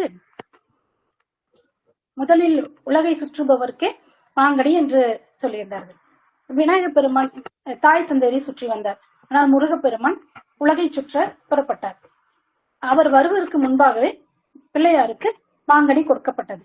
இதனால் கோபமடைந்த முருகப்பெருமான் பிள்ளையார் கோபமடைந்த தாயினுடைய சொல்லை கேட்காமல் தடுத்தும் கேட்காமல் உலக சுகபோக அனைத்தையும் துறந்து ஆண்டிக்குளத்தில் பழனி மலைக்கு சென்று விட்டார். முதலிலேயே தாய் தனக்கு வழிகாட்டவில்லை என்ற கோபம் கொண்டு ஆண்டிக்குளத்தில் பழனி மலையில் சென்றிருக்கிறார். இதிலிருந்து என்ன தெரிகிறது? தாயின் வழிகாட்டல் இல்லாதால் தன் சுகபோகங்களை துறந்து செல்கிறார். இங்கும் அடிப்படையாக தாயாரே வருகிறார். நடுவர் அவர்களே, ஒரு கதை. நீதிமன்றத்தில் ஒரு மகா திருடனை போலீசார்கள் முன்னிறுத்துகிறார்கள். அங்கே அந்த திருடனுக்கு மரண தண்டனை விதிக்கப்படுகிறது. மரண தண்டனையில் இறுதியில் உனது இறுதி ஆசை என்னவென்று கேட்டபோது அங்கே அவன் தன் தாயாரை பார்க்க வேண்டும், ஒரு முறை சந்திக்க வேண்டும் என்று சொல்கிறார். அப்போது அங்கே தாயார் அழைத்து வரப்படுகிறார். அந்த மகன் தாயாரின் காதை கடிக்கிறான். ஏன் காதை கடித்தாய் என்று கேள்வி எழும்போது அந்த மகனாகிய திருடன் சொல்கிறான், சிறு வயது முதலே நான் பள்ளி பருவத்திலிருந்து சிறிய சிறிய பொருட்களை திருடும் போது என்னை கண்டிக்காமல் விட்டதனால் திருடுவது தவறு என்று உணராமல் இருந்து விட்டேன். பெரிய திருடனாகி தண்டனைக்கு ஆளாக நேர்ந்து விட்டது. சிறு வயது முதலே என்னை கண்டித்து வளர்த்திருந்தால் இத்தகைய குற்றங்களை செய்து தண்டனையை அனுபவிக்க நேரிடாது என்றும் தன்னுடைய மரண தண்டனைக்கும் என்னுடைய வாழ்க்கையின் முடிவுக்கும் காரணமாக அமைந்தது தன்னுடைய தாய். அதனால் தான் தாயின் காதை கடித்தேன் என்று கூறினார். நடுவர்களே, இந்த கதையிலிருந்து என்ன தெரிகிறது? நடுவர் அவர்களே, இந்த திருடனாகிய குழந்தையின் வாழ்க்கை கெட்டு போவதற்கு சந்திரன் ஆகிய தாயே அடியாத பிள்ளை படியாது என்பது பழமொழி. மற்றும் நடைமுறை வாழ்க்கையில் தன் குழந்தைகளுக்கு அதீத செல்லம் கொடுத்து அவர்கள் மீது கொண்ட பாசத்தின் காரணமாக பிள்ளைகளுக்கு அவர்கள் வேலையை அவர்களே செய்ய விடாமல் அவர்கள் அமர்ந்த இடத்திலேயே உணவுப் பொருட்கள் மற்றும் எல்லா வேலைகளையும் அவர் தாய் செய்து அவர்களை சோம்பேறித்தனம் மற்றும் அவர்களது வேலைகளை எதுவுமே செய்ய பழக்கப்படுத்தாமல், அதாவது சிறிய வேலைகளை துணி துவைப்பது, மடிப்பது, தனது இருப்பிடத்தை சுத்தமாக வைத்துக் கொள்வது, ஆண் பெண் இருபாலருக்குமே சமையல் பற்றி தெரியாமல் இருப்பது, கற்றுக் கொடுக்காமல் இருப்பது, வளர்ந்த பிள்ளைகள் அறியறதில்லை, செய்யவும் பழக்கிறது இல்லை என்றவர்கள். இவர்கள் பிற்காலத்தில் இல்லற வாழ்வின் போது குழந்தை ஒருவருக்கு ஒருவர் விட்டுக் கொடுக்காமல் அதாவது தற்போது உள்ள காலத்தில் இருவரும் வேலைக்கு செல்லும் கால கட்டாயத்தின் காரணமாக ஒருவருக்கு ஒருவர் வேலைகளை பகிர்ந்து செய்ய தெரிவதில்லை. அதாவது நடுவர் அவர்களே, வேலையை செய்ய தெரிந்தால் தானே பகிர்ந்து கொள்ள முடியும். இதனால் மனக்குழப்பம், மன உளைச்சல், கோபம், மன அழுத்தம், இதனால் பிரிவுகளும் நேரிடுகிறது. நடுவர் அவர்களே, இது பெரியவர்கள் கொடுத்த செல்லத்தினால், அதாவது தாயின் செல்லத்தினால் தானே இந்த தவறுகள் நடக்கிறது. 5 வளையாது 50 வளையாது என்று பெரியவர்கள் சொல்வார்கள். இதனால் நான் சொல்வது, இது சிறுவயது முதலே குரு புதனாகிய குழந்தைகளை செல்லம் கொடுத்து சந்திரனாகிய தாயே என்பதை ஆழமாக நடைமுறை வாழ்க்கையில் உள்ளது. நடுவர் அவர்களை இதை தாங்களும் சிந்தித்து சந்திரனாகிய தாயே என்று பதில் தருவீர்கள் என்று நம்பிக்கையுடன் நன்றி சொல்லி விடைபெறுகிறேன். வந்துட்டா போச்சுமா. வாழ்த்துக்கள். முதன்மையாக பேசும் பொழுது உண்டான அந்த தயக்கம், தடங்கள் இதெல்லாம் இருக்கு. அதையும் தாண்டி சிறப்பாக தன்னுடைய பங்களிப்பை கொடுத்தார்கள். ஆனா எனக்கு இடையில ஒரு டவுட், இது எந்த நாட்டுல நடந்ததுமா? திருநதுக்கு தூக்கு தண்டனை கதைங்க சார். கதைங்களா? அப்ப அது ஒரிஜினல் இல்ல. சரிம்மா, சிறப்பு. சோ தாய், எந்த குழந்தையும் நல்ல குழந்தைதான், தாய் ஒழுங்கா வளர்த்திருந்தா நல்லா வளர்த்திருக்கலாம் அப்படின்னு ஒரு உவாமை கதையை கொண்டு தன்னுடைய அணிக்கு சிறப்பாக பாயிண்ட்களை சேர்த்திருக்கிறார் சி. சித்ரா மேட்டுப்பாளையம் அம்மா அவர்கள். வாழ்த்துக்கள். இல்லல்ல, அவங்க என்ன சொன்னாலும் அந்த வீட்டை நிர்வகிக்கக்கூடியது அப்படிங்கறது அந்த ஆணின் கையில தான் இருக்கு. அந்த ஆண் ஒழுங்கா இருந்தா வீடு சரியா இருக்கும்ல அப்படின்னு தன்னுடைய வாத திறமையை இங்க வைக்க வந்திருக்கிறாங்க ஜோதிட ரத்னா கே நேசமணி சென்னை அவர்களை வருக வருக என வரவேற்கிறோம். பேசி முடிச்சீங்க, மியூட் போட்டுக்குங்க. குருமார்கள் உள்ளிட்ட அனைவருக்கும் வணக்கம். இன்று நான் புதனையும் குருவையும் கெடுக்கிறது சூரியனே என்ற தலைப்புல பேச வந்திருக்கிறேன். சாதாரணமாவே சூரியன்றவர் ஒரு தந்தை. அந்த தந்தைக்கு தனக்கு ஒரு முதல் குழந்தை பிறக்கும் போது அப்பான்ற ஒரு அந்தஸ்து அந்த குழந்தை தான் முதல்ல கொடுக்குது. அதுலயே அவர் ரொம்ப சந்தோஷமாயிடுவார், நம்ம குழந்தை அப்படின்னு சொல்லிட்டு. ஆனா அதனால அவர் என்ன பண்றாரு, அங்க ரொம்ப செல்லம் கொடுக்குறாரு. இப்ப அந்த குழந்தைய பாத்துக்கிறவங்க அந்த குழந்தை நடை உடை சாயல்ல அப்பா மாதிரி இருக்கு, தாத்தா மாதிரி இருக்கு அப்படின்னு சொன்னாங்கன்னா அவருக்கு இன்னும் கொஞ்சம் சந்தோஷம் அதிகமாயிடுது. ஏன்னா அவருக்கு ஏற்கனவே ஒரு தனி அதிகாரம் இருக்கு, தனித்துவம் இருக்கு, தனித்தன்மையை கடைபிடிக்கணுங்கிற ஒரு எண்ணம் அவருக்குள்ள இருக்கு. அதனால அவர் என்ன பண்ணுவாரு, அந்த குழந்தை சின்னதுல இருக்கும் போதே சின்ன சின்ன தவறுக்கு பண்ணா அதை கண்டிக்க மாட்டார், அதை கண்டுக்காத விட்டுட்டு போயிடுவார். சரி அப்புறம் பாத்துக்கலாம் அப்படின்னு போயிடுவார். ஆனா அவங்க நினைக்கிற மாதிரி சாந்தி மேடம் சொல்ற மாதிரி சந்திரனுக்கு தான் வளர்பிறை தேய்பிறை அந்த மாதிரி இருக்குன்னு சொல்றாங்க. ஆனா சூரியன்றவரு 12 ராசிகளை கடந்து வரும்போது ஒவ்வொரு நேரத்திலயும் அவர் ஒவ்வொரு மாதிரி தான் இருக்கிறாரு. இந்த சின்ன வயசுல அந்த குழந்தைகிட்ட எவ்வளவு கண்டுக்காம அந்த குழந்தையோட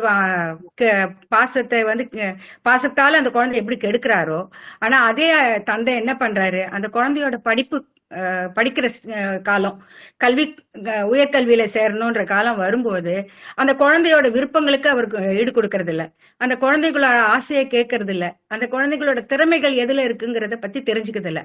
அவரோட வயசுல அவரோட காலத்துல அவருக்கு என்ன நிறைவேறாத ஒரு படிப்பு, அவருக்கு நிறைவேறாத எந்த ஒரு விளையாட்டுத்துறை, அவருடைய எதுல சாதிக்கணும்னு நினைச்சாரோ அதை விட்டுருப்பார்.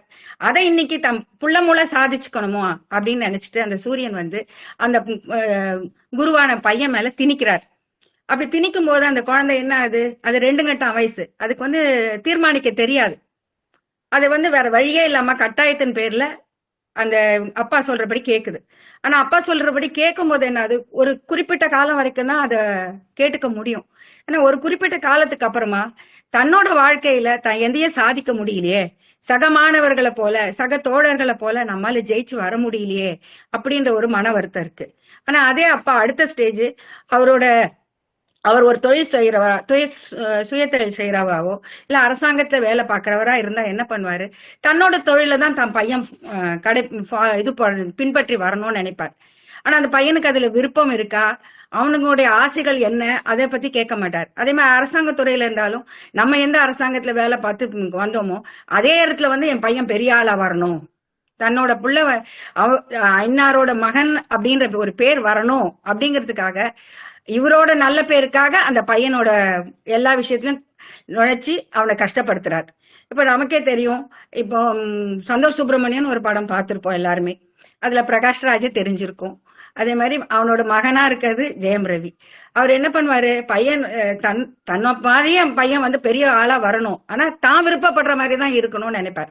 அந்த தான் விருப்பப்படுற மாதிரி நினைக்கிற இடத்துல என்னன்னு, அவர் என்ன மாதிரி உடை உடுத்தணும்னு நினைக்கிறத கூட அவர் தான் முடிவு பண்ணுவார். அப்ப அந்த மாதிரி நேரத்துல அந்த குருவான அந்த மகனுக்கு அதை யார்கிட்டயும் பகிர்ந்துக்க முடியாது. தன் அப்பாவோட இந்த கட்டாயத்தை யார்கிட்ட பகிர்ந்துக்க முடியாதுன்ற போது அந்த ஒரு வெறுப்பான ஒரு சூழல்ல தான் அந்த பையன் ஒரு மது அருந்துற பழக்கத்தை கத்துக்கிறான். சோ இந்த ஒரு கெட்ட ஒரு இது வர்றதுக்கு காரணமே அந்த சூரியனோட இதுதான். அதுவும் இல்லாம நிஜமாவே இப்ப நம்ம எல்லாம் கூட பாக்கணும் இல்ல நடுவர் அவர்களே, நம்ம ஒரு ஜாதகம் எடுத்தோம்னா என்ன பண்ணுவோம், முதல்ல ஒரு ஜாதகரை பத்தி கேட்போம். ஜாதகருக்கு என்ன, அவரோட படிப்பு என்ன, அவரு வேலை என்ன, அவர் எதுக்காக வந்திருக்கான்னு கேட்போம். அடுத்தது என்ன கேட்போம், உனக்கும் உங்க அப்பாக்குள்ள உறவு என்னன்னு தான் கேட்போம்.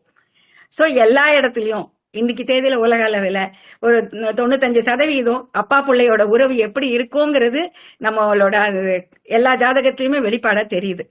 அந்த மாதிரி அந்த சூரியன் எப்படி இருக்கிறாரோ அது மாதிரி அது இந்த மகனால சாதிக்க முடியாதத புதன் கிட்ட கொண்டு திணிக்கிறார். அப்ப புதன் தெரியும் ஏற்கனவே அப்பாவோட இதுல வளர்ந்து குருவும் சூரியனும் எவ்வளவு மோதிக்கிட்டாங்கன்றது தெரிஞ்சதுக்கு அப்புறம் புதன் கொஞ்சம் ஜாக்கிரதையா கையாளும். ஏன்னா அதுக்கு ரெட்டத்தன்மை உண்டு. நம்ம எப்படியும் வேண்டாம் சொன்னாலும் நம்மள விட போறது இல்ல.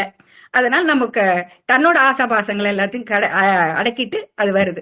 அதுதான் வான்வெளியில பாத்தீங்கன்னு வச்சுக்கோங்க, சூரியன் எவ்வளவு வெப்பமா இருந்தாலும் புதன் அது பின்னாடியே தான் சுத்திட்டு வருது. சோ குரு அந்த புதன் சூரியன்றவரு தன்னுடைய ஆதிக்கத்தையும் கௌரவத்தையும் அந்தஸ்தையும் என்னைக்கும் விட்டு கொடுக்க மாட்டார். அவரோட வாழ்க்கையில அது எல்லாத்தையும் திணிக்கணும்னு நினைப்பார். சோ குருன்றவர் சூரியன்றவர் தான் கெடுக்கிறான்றதுக்கு நம்ம இந்த நடைமுறை வாழ்க்கையில எல்லாருக்கும் தெரிஞ்சிருக்கும். சோ வாய்ப்பளித்த குருமார்களுக்கு நன்றி. வாழ்த்துக்கள்மா. சிறப்பாக சூரியன் தான் தன்னுடைய செயலை செய்யாமல் அல்லது தனக்கு பிடித்ததை தன்னுடைய வாரிசுகளுக்கு மேல் செலுத்தி அவர் பிற்காலத்தில் அந்த குருவோ புதனோ கெட்டு போவதற்கு சூரியன் தான் காரணம் அப்படின்னு சிறப்பா நேசமணி அம்மா சென்னையை சேர்ந்தவர் தன்னுடைய பங்களிப்பை கொடுத்திருக்கிறார். வாழ்த்துக்கள். இல்ல மீண்டும் அம்மாக்கள் பார்த்துதான் ஒரு குழந்தைகளை நல்லபடியா வளர்த்த முடியும், இல்லைன்னா தவறாகவும் வழிநடத்தி செல்ல முடியும் அப்படிங்கிற விதத்திற்கு ஜோதிட ரத்னா பெங்களூரை சேர்ந்த ராஜாத்தி யுவராஜ் அம்மா அவர்களை வருக வருக என வரவேற்கிறோம். வாங்கம்மா. அனைவருக்கும் வணக்கம். எல்லா வல்ல இறைவனை வணங்கி குருவையும் வணங்கி என் உரையை துவங்குகின்றேன். நான் இன்று பேச வந்திருக்கும் தலைப்பு குழந்தைகளை கெடுப்பது தாயே, அதாவது சந்திரனே. நடுவர் அவர்களே, குழந்தைகளை வளர்ப்பதில் பெரும்பங்கு தாய்க்குத்தான். அப்படி என்றால் குழந்தைகளை செல்லம் கொடுத்து கெடுப்பதிலும் பெரும்பங்கு யாருக்கு? தாயாகத்தானே இருக்க முடியும். நடுவர் அவர்களே, எதிரணியில் உள்ள கிருஷ்ணகுமார் ஐயா அவர்கள் ஒரு வாதத்தை வைத்தார்கள். அப்பா என்றால் ரொம்ப அதிகாரம் படைத்தவர், கட்டுப்பாடானவர் அப்படி என்று. ஆனா உண்மைதான், சூரியன் என்றால் அதிகாரம், கம்பீரம், தைரியம், நேர்மை, இதெல்லாம் தந்தையின் குணம்.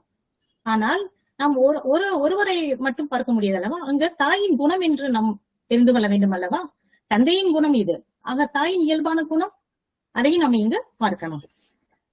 சந்திரனின் குணம் தன்னை ஒரு இடத்திற்கு ஏற்றாற் போல மாற்றிக்கொள்ளும் தன்மை உடையது சந்திரன்.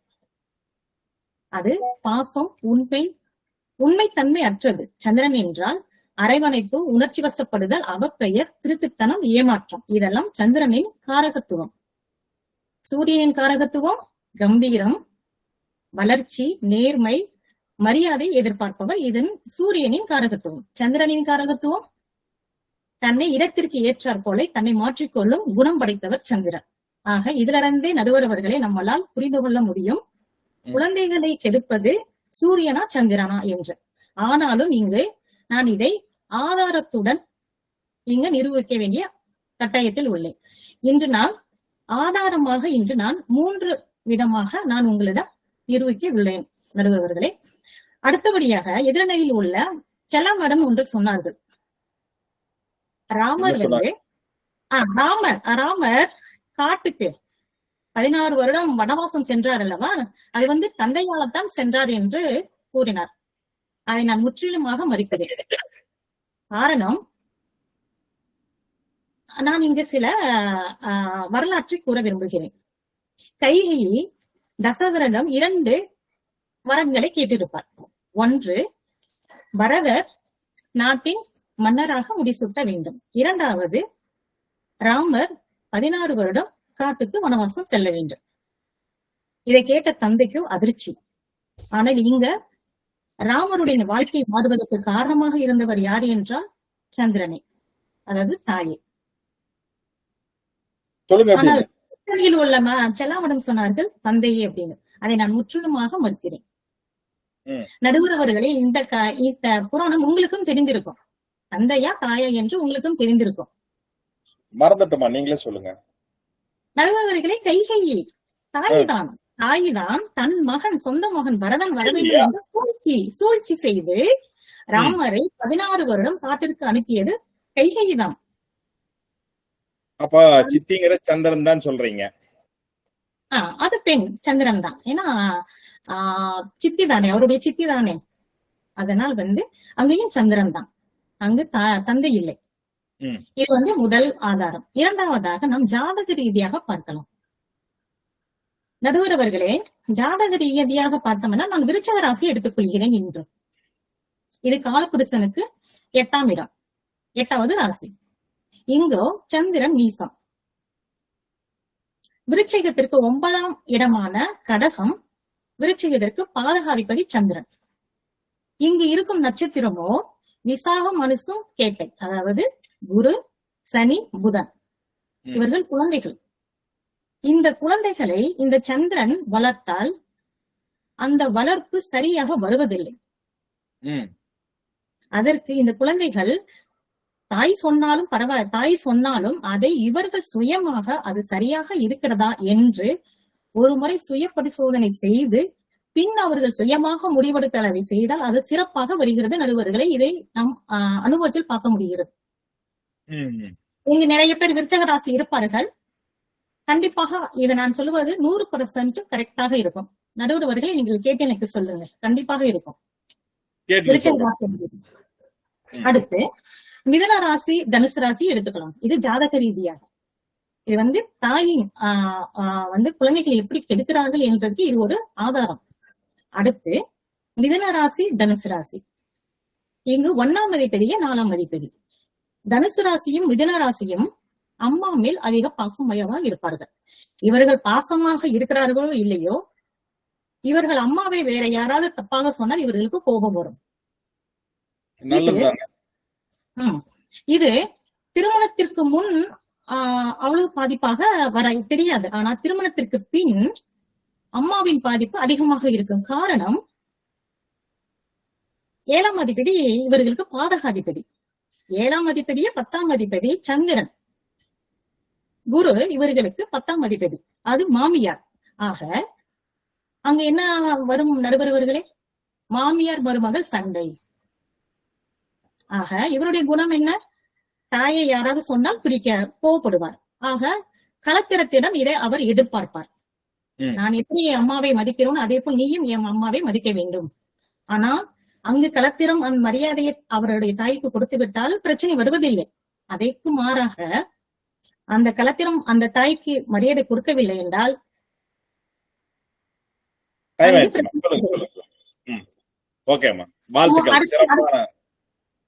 நடுவர்களே லாஸ்ட் ஒன். நடுவர்களே அடுத்து 3ஆவதாக நடைமுறைகள் நாம் பார்க்கலாம். நடுவர்களே இன்று குழந்தைகள் செய்யும் தவறை, பெரும்பாலும் தவறை அப்பாவின் பார்வைக்கு தாய்மார்கள் எடுத்து செல்வதே இல்லை. அவர்கள் அதை மூடி மறைத்து விடுவார்கள். இதனால் அந்த குழந்தைகள் இன்னும் பல தவறுகளை செய்வதற்கு தாயே வழிகாட்டியாக அமைந்து விடுகிறார்கள். இன்று நாட்டில் சமுதாயத்தில் பல சீர்கேடுகளும் பல பாலியல் தொல்லைகளும் நடப்பதற்கு தாயும் ஒரு காரணமாகவே அமைகிறார். ஆகவே நடுவர்களே நீங்கள் எப்படி பார்த்தாலும் குழந்தைகளை எடுப்பது தாயாகத்தான் வருகிறார்கள். அப்படின்னு ஒரு தாயே சொல்லிட்டீங்க. வாழ்த்துக்கள் நடுவர்களே. இங்க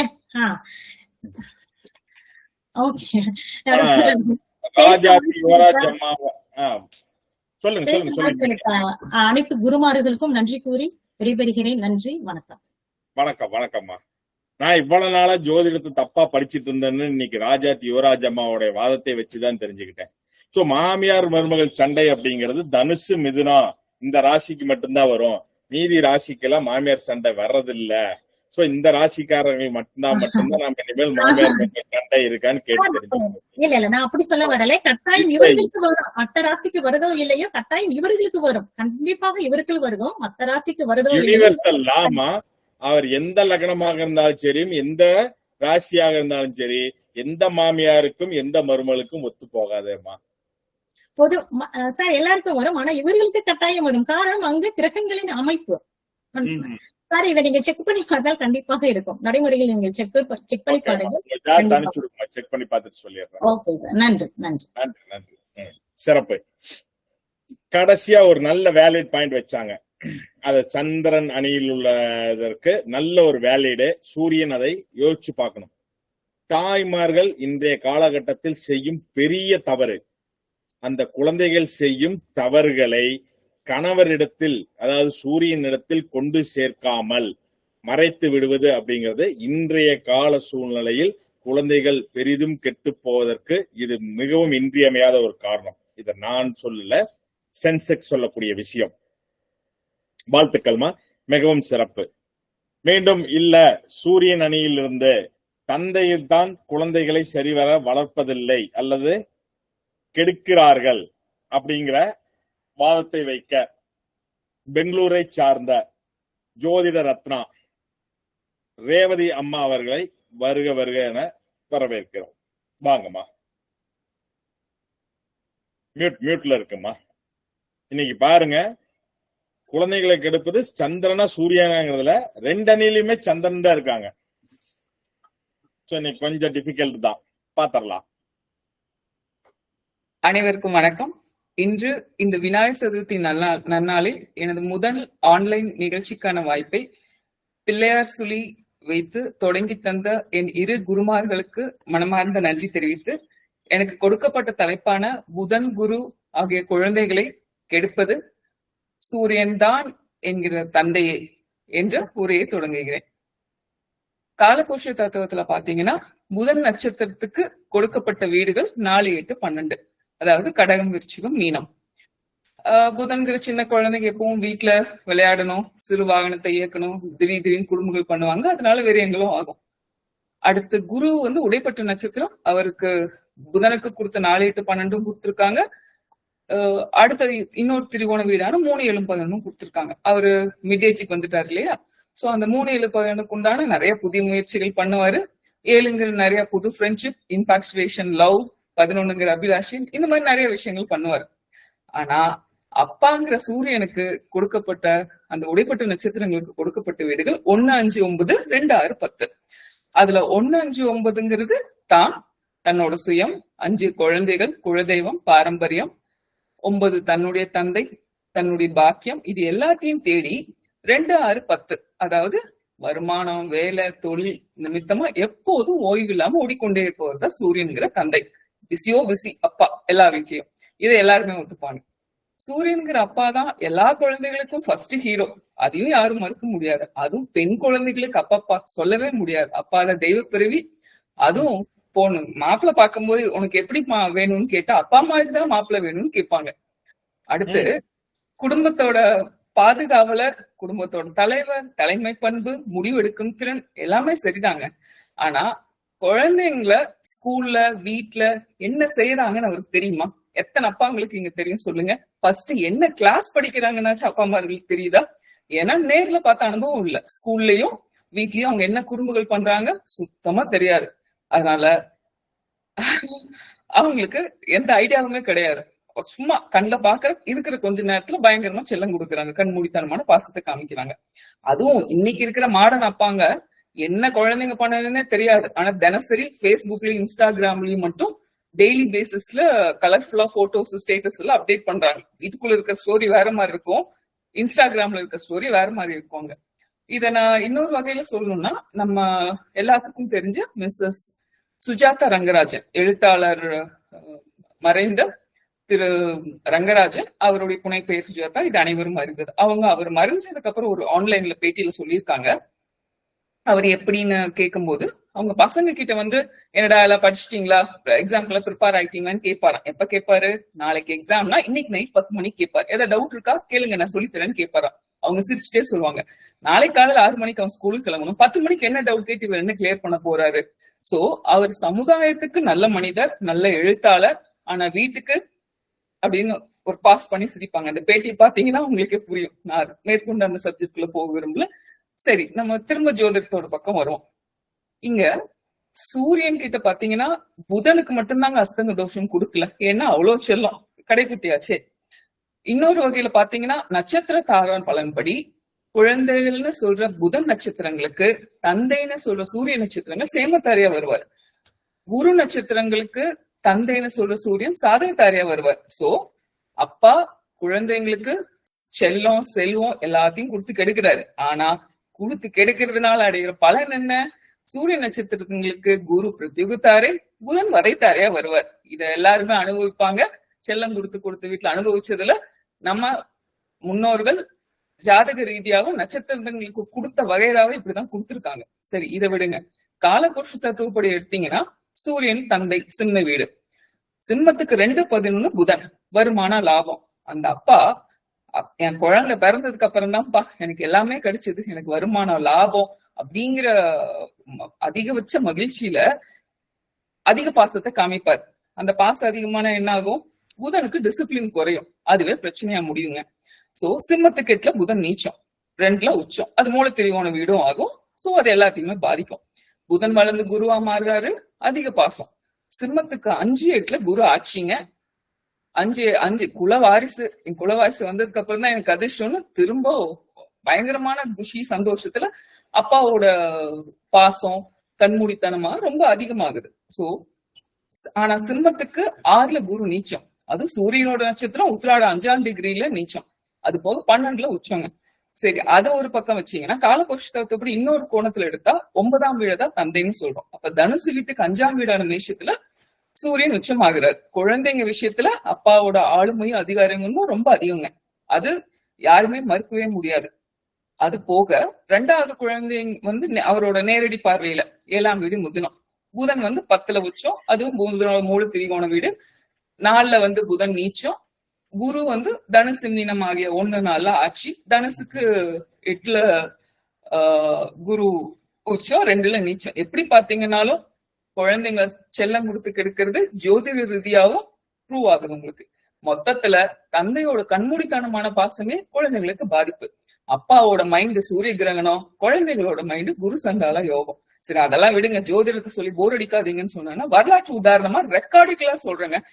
இத நீங்க ரெக்கார்டிக்கல யாரு மகாபாரதத்தையோ நீங்க எந்த ரெக்கார்ட சொன்னாலும் நான் சொல்ற ரெக்கார்ட நீங்க போய் உங்க ஃபேவரட் ஸ்டோரிஸ ஆன்லைன்ல இல்ல புக்ஸ்ல ஸ்டோரியை செக் பண்ணுங்க. சும்மா அவங்க சொன்னாங்க இவங்க சொன்னாங்கன்னு. அவர் ஆல் டைம் ஃபேவரட் மகாபாரதத்துல திருதராஷ்டிரன் தான் துரியோதனுக்கு கண்மூடித்தனமா பாசத்தை காமிப்பாரு, அகந்தையினால குருஷேத்திர போர் மூழ்ந்தது. ராவணனுக்கு இந்திரஜித்து மேல பாசம் பெருமை அகந்தையினால அழிவாச்சு. ஹிரண்யகசிபுக்கு பிரகலாதன் அளவு கடந்த பாசம் அதிகாரம் குடும்பம் அழிஞ்சுது. ஷாஜஹானுக்கு தாராஷியோங்கிற ஃபர்ஸ்ட் பையன் மேல ஃபேவரட் செய்யற பாசத்தை காமிச்சதுனால சகோதர போட்டி உருவாச்சு.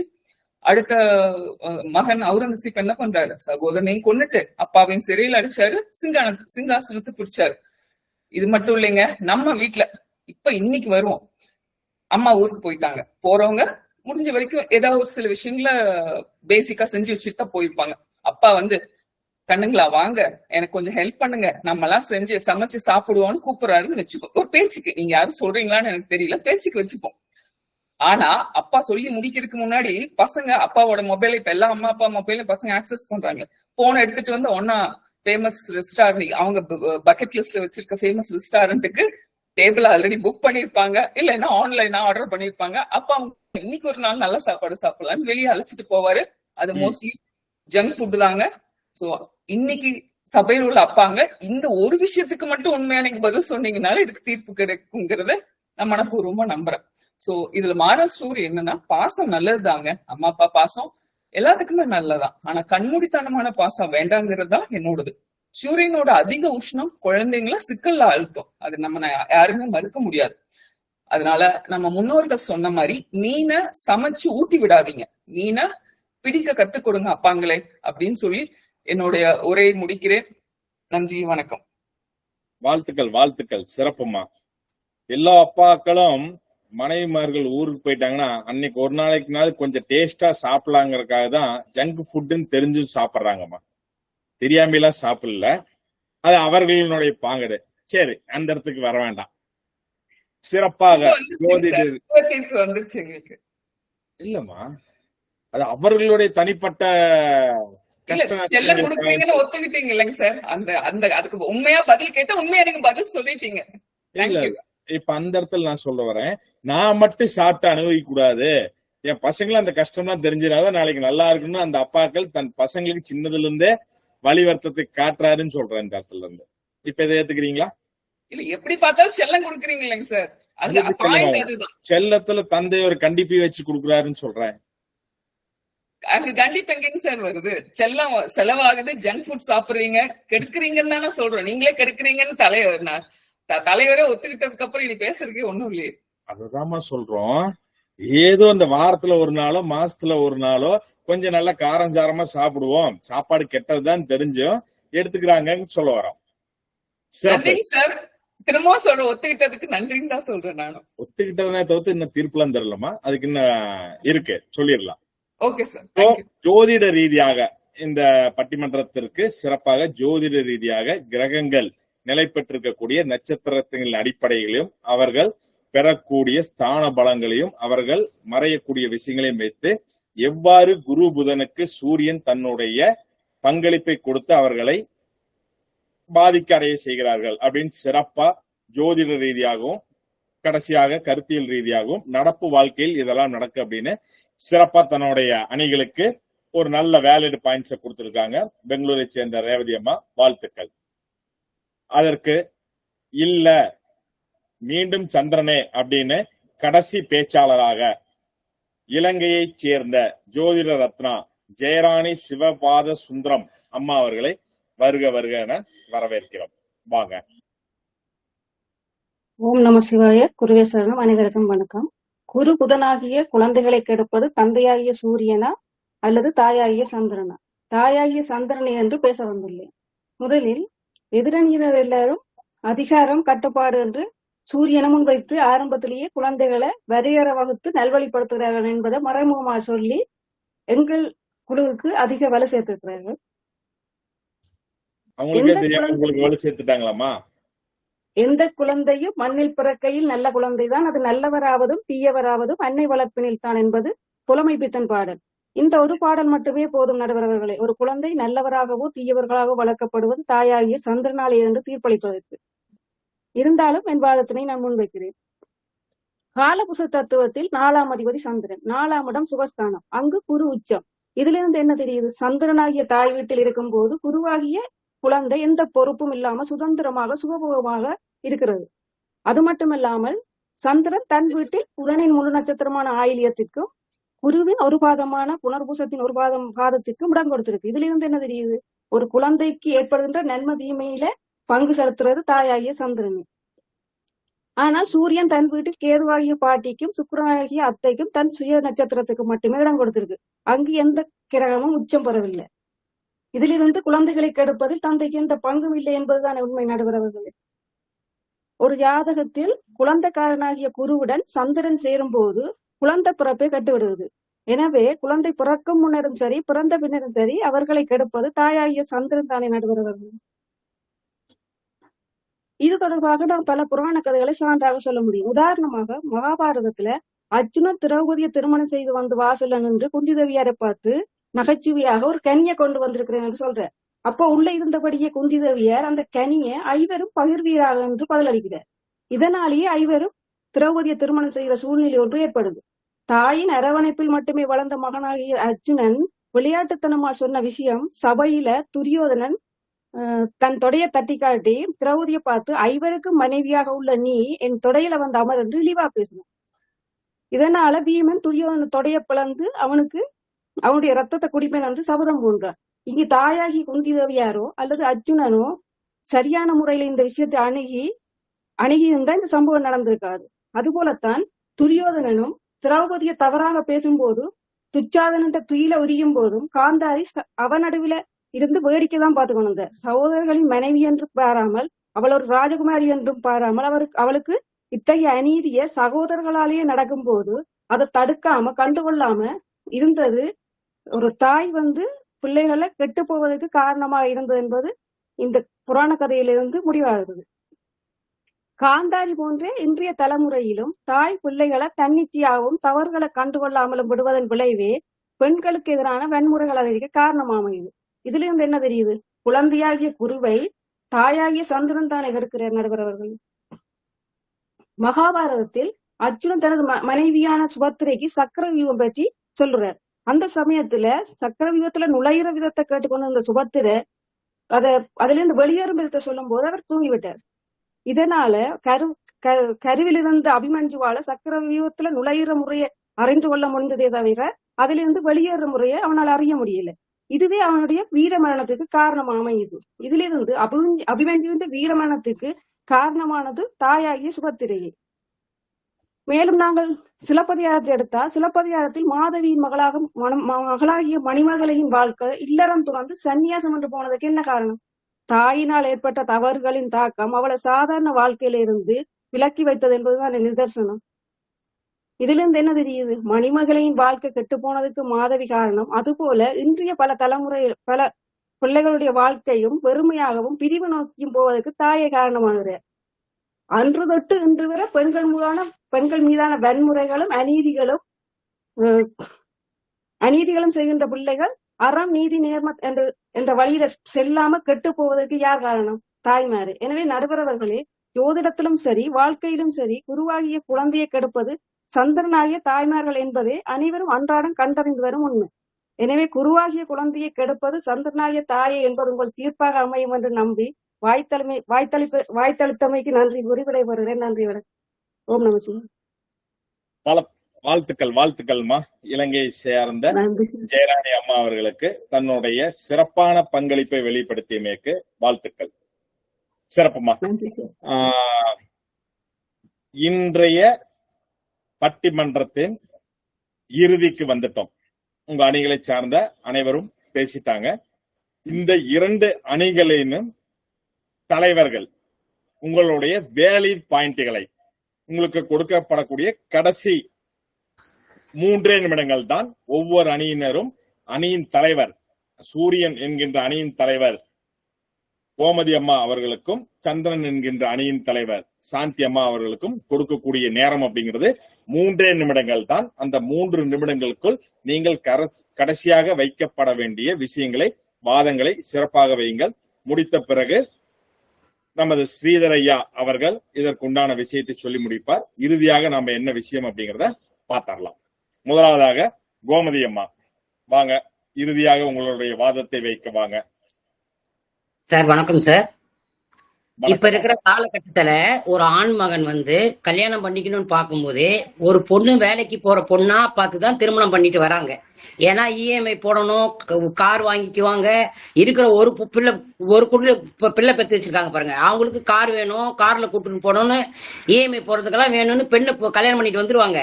அப்புறம் ஒரு 4-5 வருஷம் பொறுத்து ஒரு குழந்தைக்கு தப்பி தவறி ஒரு குழந்தை பிறக்கலையோ இஎம்ஐ மூலமா. ஏன்னா இவங்க தான் ஒபிசிட்டி இதையும் சாப்பிட்டு தான் குண்டா இருக்கிறாங்களே, இவங்க எங்க இருந்து குழந்தை பிறக்க போகுது?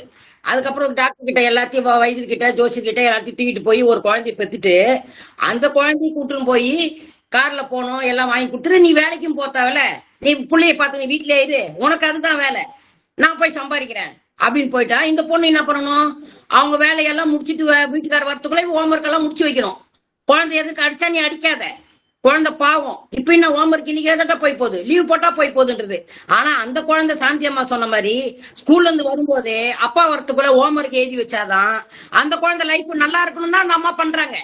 அப்பா பேச்ச கேட்டுங்கன்னு லீவ் போட்டு வீட்டுல உட்காந்துருந்தா அது போய் பானை சட்டியை தான் கழுவணும். அப்புறம் கணக்கெடுப்புல பாத்துங்க சார், 2018 பாண்டிச்சேரியில இருக்கிற நிறைய கலெக்டருங்க பார்த்தா மெடிக்கல் ஸ்டூடெண்ட் படிச்சுட்டு கலெக்டரா வந்திருக்காங்க. ஏன் மெடிக்கல் ஸ்டூடெண்ட் படிச்சுட்டு கலெக்டரா வந்திருக்காங்கன்னா அவங்களுக்கு 18 வயசுல மெடிக்கல் படிக்கணுமா கலெக்டர் படிக்கணுமான்னு அவங்களுக்கு அந்த வயசுல எது செலக்ட் பண்றதுன்னு அவங்களுக்கு தெரியாது. அந்த இடத்துல ஒரு அப்பாவா இருந்து அவங்க செலக்ட் பண்ணியிருந்தா அவங்க எதுக்கு கலெக்டர் போக போறாங்க? அப்ப ஜாதகத்தை தீன் வந்தா இவங்களுக்கு தொழில் கல்விதான் இருக்குதா, இவங்களுக்கு இந்த கல்விதான் இருக்குதா? நம்ம ஸ்டேட்டஸ் கோசம் நீ படிக்க வைக்கணும்னு படிக்க வச்சுட்டு இப்ப நான் கேட்கிற கேள்வி என்னன்னா, இப்ப அவங்க கலெக்டர் ஆகுது முதல்ல இருந்தே கலெக்டர் படிச்சிருந்தாங்கன்னா அந்த டாக்டர் சீட்டுக்கு தான் படிக்கணும்னு ஜாதகத்துல இருக்கிறவங்களுக்கு ஒரு 10 பேர் புண்ணியம் அடைஞ்சிருப்பாங்கல்ல, அவங்க 10 பேருக்கு அந்த டாக்டர் சீட்டு கிடைச்சிருக்குல்ல. நீ 2 டிகிரி படிச்சுட்டு வேஸ்டா வீட்டுல உட்காந்துட்டு டாக்டருக்கு சீட்டு கிடைக்க வேண்டியவங்க எல்லாம் வேஸ்டா போறாங்க. அந்த இடத்துல இருந்து ஒரு ஆண் மகனா இருந்து ஒரு அப்பாவா இருந்து நீ ஒழுங்கா வழி நடத்தி இருந்தா எந்த வீட்டுலங்க சார் நீங்க சொல்லுங்க அம்மா பேச்ச கேட்ட சீட்டு சேர்க்கறாங்க கலெக்டர் டாக்டருக்கு யாரு சேர்க்கறாங்க? அவங்க அப்பா. அது வழி வழியா ஒரு அப்பா வீட்டுல எடுத்துக்கோங்க. போலீஸ்னா போலீஸ் போலீஸ் போலீஸ், டீச்சர்னா டீச்சர் டீச்சர் டீச்சர், டாக்டர்னா டாக்டர் டாக்டர் டாக்டர். அதான் படிக்கணும். எங்க அக்கா வீட்டு பையனை கையெல்லாம் கீச்சிக்கலாம், நான் டாக்டர் தான் படிப்பேன் டாக்டர் தான் படிப்பேன். ஒரு அப்பா சின்னதுன்னா நீ டாக்டர்டா டாக்டர்டா டாக்டர்டான்னு சொல்லி வளர்த்தா அவனுக்கு அந்த மைண்ட்ல ஏறிடுது. இப்ப என்னன்றாரு, ஒருத்தன் இன்ஜினியர் படிச்சுட்டு அவன் வெளிநாட்டுல போய் லட்சமா சம்பாதிக்கிறான், நீ போய் டாக்டர் உட்காந்துட்டா நீ 10 வருஷம் படிக்கிற அப்படின்னு கெடுத்து ஃபுல்லா அப்பா அப்பா அப்பா தாங்க சார். நன்றிமா, நன்றி. நன்றிங்க சார். நன்றி நன்றி. ஆனா புதுசா ஒரு விஷயம் நீங்க தான் தெரிஞ்சுட்டேன். குழந்தை பிறக்கலைன்னா ஜோசியர்கிட்ட போ குழந்தை பிறக்கும் அப்படின்னு. எனக்கு புதுசா இருக்குமா. குழந்தை பிறக்குமா இல்லையாங்கிறத ஜோசியை இல்லைங்க சொல்ல சார், தெரியாத குழந்தை வச்சு. பிறக்குமா இல்லையான்னு பாக்குறதுக்காக வராங்க. ஓ அப்படி அது வரீங்களா? பிறக்கிறதுக்கே 5-6 வருஷம் ஆயிடுது. சரி, அதே மாதிரி இப்ப 30 மார்க் தான் வாங்குறாங்கன்னு பாக்குறதுக்கு வராங்க. அப்ப அதுல சொல்றோம்ல, நம்ம தொழிற்கல்வி தான் உனக்கு வருது, அத நீங்க போய் படிடானா நம்ம பேச்ச கேட்பாங்களா? கேட்க மாட்டாங்க. அப்பயும் போல்ட் ஸ்கூல்ல போய் சேர்த்துட்டு அவன் 30 மார்க், அவன் சாதா ஸ்கூல்ல சேர்த்தா அவன் 50-60 மார்க் வாங்கிட்டு அவன் தொழிற்கல்வி படிச்சு நல்லா இருப்பான் இல்ல? அவன் லைஃப் ஏன் கெடுக்கிற? உனக்கு பணம் இருக்குதுன்னு. பாதி பேத்துக்கு டாக்டர் சீட் கிடைக்காம போறதுக்கு காரணம் இல்ல அப்பாக்கள் தாங்கிறீங்க. அந்த டாக்டர் சீட்டு வேற யாருன்னா புண்ணியம் அடைஞ்சிருப்பாங்கல்ல. அந்த 10 டாக்டர்கள் டாக்டரை வந்து இது பண்ணிருப்பாங்கல்ல, வேலை செஞ்சிருப்பாங்கல்ல. டாக்டர் மதிப்பு சேர்த்துட்டு இப்ப போய் கணக்கு எடுத்துப்பானுங்க, எல்லாம் கலெக்டரா உட்காந்துருக்காங்க. உனக்கு எதிரா படிக்குது, உனக்கு எதிரா வருதுன்னு அவன் தேர்ந்து படிக்க வச்சுட்டு போக வேண்டியதானே. நம்ம கிட்ட வந்து பாக்குறது கூட சும்மா சார், கண் துடைப்புங்க சார். நம்ம கிட்ட கேட்கறவங்க எல்லாம் ஒழுங்கா போய் அதே மாதிரி போய் தொழிற்கல்வி படிக்க வைக்கிறாங்க? இல்லவே இல்ல. அவங்க இஷ்டத்துக்கு அவங்க ஸ்கூல்ல தான் சேர்ப்பறாங்க, அது இஷ்டம் தான் படிப்பாங்க. ஏன்னா ஸ்டேட்டஸ். ஒரு கல்யாணத்துக்கு போவாங்க, அந்த குழந்தைய கூட்டு போவாங்க, மதிப்பா கூட்டு போவாங்க, இதை சொல்றாங்க பாருங்க. அது உச்சா போனா கூட தூக்கி அம்மாட்ட தான் கொடுத்துருவாங்க. எத்தனை அப்பா அம்மார்கள் அதெல்லாம் பார்த்து கவனிச்சுக்கிறாங்க பாருங்க. நீங்க கவனிச்சீங்களா கவனிக்கலையாங்க சார்? எல்லாம் அம்மா தான், எல்லாம் அம்மாவால தான் பசங்க நல்லா வருந்தா சரி எல்லாரும் மனசுக்குள்ள சொல்றாங்க. நீங்க 2 பேரும் வாய் மூடிட்டு சிரிச்சது நானும் பாத்துட்டு தான் இருந்தேன். சாந்தி மேம் சொல்றதால அம்மா தான் பாருங்களேன். வாழ்த்துக்கள் வாழ்த்துக்கள்மா. இப்படி நீங்களே எதிரணிக்கு பாயிண்ட்ஸ் போட்டு கொடுக்கலாமா சார்? அம்மாக்கு சாதகமா பேசுறாங்கன்னு சொன்னாங்க சார். நாங்க தான் அப்பாவை தோக்கடிச்சிட்டு அம்மாக்கு சாதகமா தானே நாங்க இருக்கிறோம். அதுதான் சொல்றோம். அவங்களும் அம்மா சாதகமா தானே பேசுறாங்க. சிறப்புமா. அதை நீங்க கவனிங்க சார். இன்னொருக்கா கவனிங்க. இன்னொருக்கா கவனிக்க வேணும்னா இன்னொருக்கா ரெக்கார்டை திருப்பி கேட்டுட்டு கூட தீர்ப்பு சொல்லுங்க சார். ஓகே ஓகேம்மா. வாதம் பண்ணுங்கன்னு சண்டை போட வந்துட்டாங்க. வாழ்த்துக்கள் செஞ்சு கோமதி அம்மா. வாங்க சந்திரன் அணியில இருந்து சாந்தி அம்மா. நான் நினைக்கிறேன் என்னோட கம்முனு நடுவுல இருந்து நவுந்துகிட்டு ஸ்ரீதர் சார்ட்டியும் ஒப்படைச்சு நவுந்துடலாமான்ட்டு. சாந்தி அம்மா பண்ண வேலை. சொல்லுங்கம்மா. எங்களோட சைட்ல இருந்து எங்களோட வாதத்தை எல்லாம் சொல்லிட்டேங்க சார். முடிவும் உங்க கையில இருக்கு. அது என்ன முடிவு பண்ணிட்டீங்கன்னு எங்களுக்கும் ஏற்கனவே தெரியும். சரி, இருந்தாலும் எதிரணி எல்லாம் பேசினாங்கல்ல, அதுல இருந்து சரி எல்லாம் அவங்க பேசுறதெல்லாம் சரி சரின்னு நாங்க சொல்லிட்டு இருந்தோம்னா, அமைதியா இருந்தேன்னா ஓகே ஓகே இவங்க எதிரணியே ஒத்துட்டாங்க போல இருக்கு அப்படின்னு தான் நீங்க நினைப்பீங்க. சரி, அவங்க அந்த அம்மா பேசும்போது சொன்னாங்க, சிஐடி அம்மா பேசும்போது சொன்னாங்க, ஏர் ஓட்ட கத்து கொடுக்குறாங்க. அப்புறம் ஏதோ ஹாஸ்பிட்டல்ல பாத்தாங்களாமா, அந்த குழந்தை வந்து அவங்க அப்பா இப்பவே சம்பாதிக்க போக சொல்றாரு, ஸ்கூலுக்கு எல்லாம் அனுப்பல அப்படின்னு சொல்லிட்டு. சின்ன வயசுலயே படிக்கிறதுனால சம்பாதிக்க போறது நல்லது தானே. படிச்சு மட்டும் என்ன போறாங்க? அதே சம்பாதிக்க தான் போறாங்க. சின்ன வயசுல சம்பாதிச்சா நல்லது தானே, சந்தோஷமா ஏத்திட்டு போங்க. சரி, அடுத்து ஒரு சினிமா படிக்கிறத சம்பாதிக்க போங்கன்னு சொல்றீங்க. படிச்சாலும் சம்பாதிக்கதான் போறாங்க. அது முன்னாடியே சம்பாதிக்க அப்பா சொல்லி கொடுக்கறது நல்லது தானே. சரி, எனக்கு நேரத்தை கடத்த வேண்டாங்க சார், எனக்கு இன்னும் நிறைய பாயிண்ட்ஸ் இருக்குன்னு சொல்லணும். சரி, ஒரு சினிமா கதையை பத்தி சொன்னாங்க. ஸ்ட்ரென்த் வரணுங்கிறதுக்காக அப்பா வந்து குழந்தைக்கு பிடிக்காத உணவு கொடுக்குறாங்க அப்படின்னு சொல்லிட்டு. அது ஸ்ட்ரென்த் வரணும்னு தான் கொடுக்குறாங்க. அது பெரியவனானா அந்த பையனுக்கு தானே நல்லது. அம்மா என்ன பண்ணுவாங்க? பிடிச்சதை மட்டும் செஞ்சு கொடுக்கறது. அப்புறம் பின்னாடி ஹாஸ்டலுக்கு போனா இப்ப என் பிள்ளையே அப்படிதான் சொல்லிட்டு இருக்கிறா, ஹாஸ்டல்ல சாப்பாடே நல்லா இல்லைங்கம்மா அப்படின்னு சொல்லிட்டு. பிடிச்சதை மட்டும் செஞ்சு கொடுத்தா என்ன பண்ணுவாங்க? எல்லாமே சாப்பிட பழக்கணும் முதல்ல. சரி, படிப்பை பத்தி சொன்னாங்க. அந்த காலத்துலதான் வந்து என்னால படிக்க முடியல, சரி நான் படிக்க முடியாதையாவது என் குழந்தை படிக்கட்டும் அப்படின்னு சொல்லிட்டு. இப்ப இங்க இருக்கிற ஏதாவது ஒரு அப்பா அம்மா சொல்லுங்க பாக்கலாம். குழந்தைங்களை வந்து அவங்க என்ன படிக்கணும்னு நினைச்சாங்களோ அதைதான் படிக்க சொல்றாங்கன்னு இல்ல. இந்த காலத்துல எல்லாம் அவங்களோட விருப்பம் என்னவோ அதைதான் படிக்க வைக்கிறாங்க. குழந்தைங்களோட விருப்பம் அதைதான் படிக்க வைக்கிறாங்க. அப்புறம் அப்பா புள்ள உறவை பத்தி சொல்லிட்டு இருந்தாங்க. ஏன் வந்து ஜாதகம் பார்க்க வந்தாங்கன்னா அப்பாவுக்கும் பிள்ளைக்கும் உறவு எப்படி இருக்கு அப்படின்னு சொன்னாங்க. அப்பாவுக்கும் உறவு சரியில்லாததுக்கு காரணம் என்ன தெரியுமா? அப்பா கண்டிச்சு வளர்க்கறதுதான். இதெல்லாம் புரிஞ்சுக்குங்க. எதிரணியில இருக்கிறவங்களுக்கு அதை பத்தி எல்லாம் தெரியல. சரி, உடைப்பட்ட நட்சத்திரத்தை பத்தி சொன்னாங்க ரேவதி அம்மான்னு நினைக்கிறேன். உடைப்பட்ட நட்சத்திரம் எங்கெல்லாம் இருக்கு? 2வது வீட்டுல, அதாவது முதல் வீட்டையும் 2வது வீட்டையும் இணைக்கிறது. அது என்ன? 2வது இடம்ங்கிறது என்ன? வருமானம். சோ அப்பா போய் வருமானத்தை தான் தேட சொல்றாங்க. அங்க வந்து பாலமா இருக்காங்க. அடுத்தது எங்க 5வது வீக்லயும் 6வது வீக்லயும். அங்கதான் சூரியனோட உடைப்பட்ட நட்சத்திரம் இருக்கு. அந்த 5, 6ங்கிறது என்ன? அந்த குழந்தைய வேலைக்கு பழக்கிறது, அந்த இடம் அது. அடுத்தது 9, 10ஆம் இடம், அங்க சூரியனோட உடைப்பட்ட நட்சத்திரம் இருக்கு. அங்க என்னது? அங்க அப்பா வந்து தொழில், எப்ப பாரு தொழில் தொழில், அப்பாவோட வேலையே அதுதான். குடும்பத்தை காப்பாற்ற வேண்டாமா? உங்களுக்கு வேணுங்கிறதெல்லாம் இப்ப ஹோட்டல்ல கூட்டிட்டு போய் சாப்பாடு வேணும்னு கேக்குறீங்களா? அதுக்கெல்லாம் சாப்பாடுக்கு காசுக்கு இங்க போறது எல்லாம் அப்பா தொழில் தொழில்னு போய் அது குழந்தைங்களுக்கும் சொல்லி கொடுக்குறாங்க. ஜிபே பண்ணிக்கலாமா? சரி, அப்புறம் இந்த வெளியில சாப்பிடறத பத்தி ரேவதி அம்மா சொன்னாங்க. இந்த சந்திரன் ஆகிய சந்திரனுக்கு கூட அந்த ஒரு நாள் அமாவாசைன்னு ஒண்ணு வருது. எப்ப பாரு வீட்டு சாப்பாடே சாப்பிட முடியுமா? ஒரு நாளாவது ஒரு சேஞ்சுக்கு ஒரு வெளியில சாப்பிட வேண்டாமா? ஒரு நாள் வெளியில சாப்பிடறதுல ஒண்ணும் தப்பு இல்லையே. நல்லா இருக்கு அந்த பாயிண்ட். அப்ப ஆண்கள் எல்லாரும் ஒரு நாள் வெளியில சாப்பிட ஆரம்பிச்சிருங்க. சிறப்புமா. சரி, குழந்தைங்க விஷயத்த வந்து அப்புறம் இன்னொரு அம்மா சொல்லிட்டு இருந்தாங்க. அப்பா தான் முதல் குழந்தைக்கு அப்பா ஆனோன்னா அவ்வளவு சந்தோஷம் அவங்களுக்கு. அந்த இதுல வந்து தலகால் புரியாம குழந்தைக்கு பாசம் கொடுத்து கெடுத்துடுறாங்க அப்படின்னு சொல்லிட்டு. ஏன் அம்மாவானா, நீங்க முதல் குழந்தைக்கு அம்மாவானா உங்களுக்கு அம்மாவா சந்தோஷம் இல்லையா? இத உணர்ந்தீங்களா இல்லையான்னு தெரியல. இது எதிரணியினர் தான் சொல்லணும். கரெக்டா தானே சொல்லியிருக்காங்க. அப்புறம் இன்னொரு விஷயம் சொன்னாங்க, அந்த சூரியன் பக்கத்துல போற கிரகத்தை எல்லாம் அஸ்தங்கம் பண்ணிடணும். அப்படின்னா என்ன அர்த்தம்? அஸ்தங்கம் பண்ணா அப்ப வந்து அதனோட அதிகாரம் இருக்கு, சூரியனோட அதிகாரம் இருக்கு. அப்பாட்ட போகும்போது அவங்க வந்து தன்னை வெளிப்படுத்திக்க முடியாது, அதாவது தவறான விஷயங்களை வெளிப்படுத்திக்க முடியாது. அதுதான் அந்த அஸ்தங்கம் சொல்லுது நம்மளுக்கு. அப்புறம் அந்த இது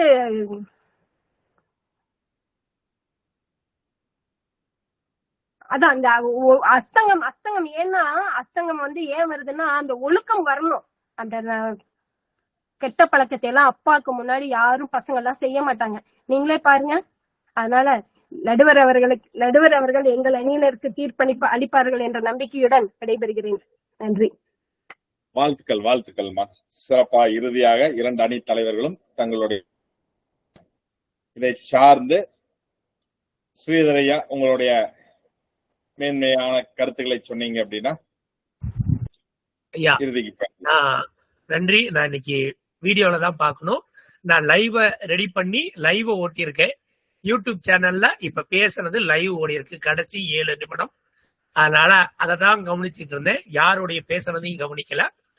நாளைக்கு நான் வீடியோ பார்த்துட்டு எல்லாத்துக்கும் குரூப்ல பரிமாற்றேன். ஒரு நிறைந்த மனசோட இருக்கும். உங்களுடைய எத்தனையோடைய ஆசீர்வாதத்துல இன்னைக்கு லைவ் ஓடி இருக்கு.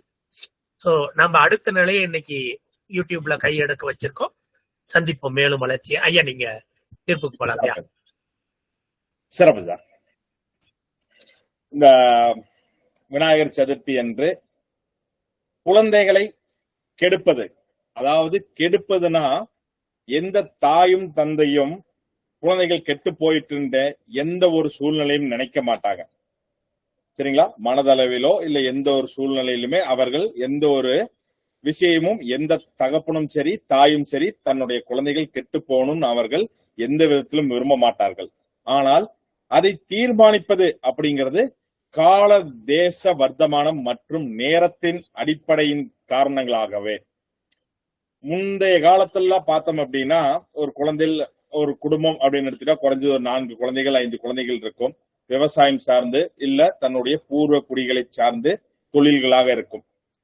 அந்த குழந்தைகள் அந்த தாய் தந்தையரினுடைய இருவருடைய பார்வையிலும் அவர்கள் குலத்தொழில்களை செய்து அவர்கள் முன்பே அவர்கள் பருவமடைந்து கல்யாணம் ஆகிற வரைக்கும் அவர்கள் அவர்களுடைய கட்டுப்பாட்டில், அவர்களுடைய அரவணைப்பில், அவர்களுடைய வழிகாட்டுதல்ல இருந்தாங்க.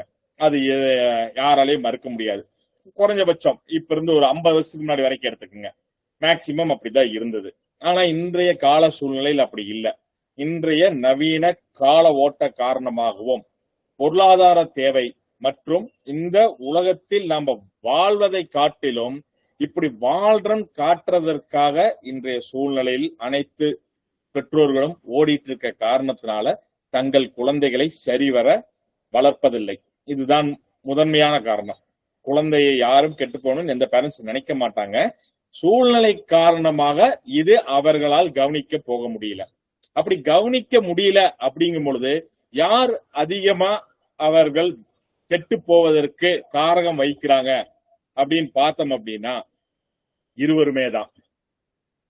என்னதான் தாயாக இருந்தாலும் வீட்டையும் பார்க்கணும், குழந்தையையும் பார்க்கணும், தன்னுடைய குழந்தை வளர்ப்பதிலும் பார்க்கணும்.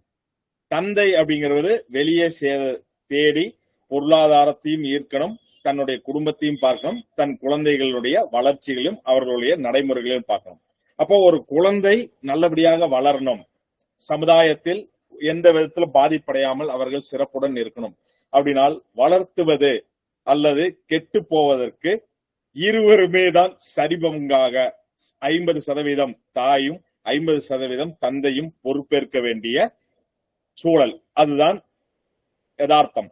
ஆனால் இன்று தேசிய விவாதங்களின் அடிப்படையில் தான் நாம இந்த தீர்ப்பை கொடுப்போம்னு சொல்லி இருக்கிறோம்.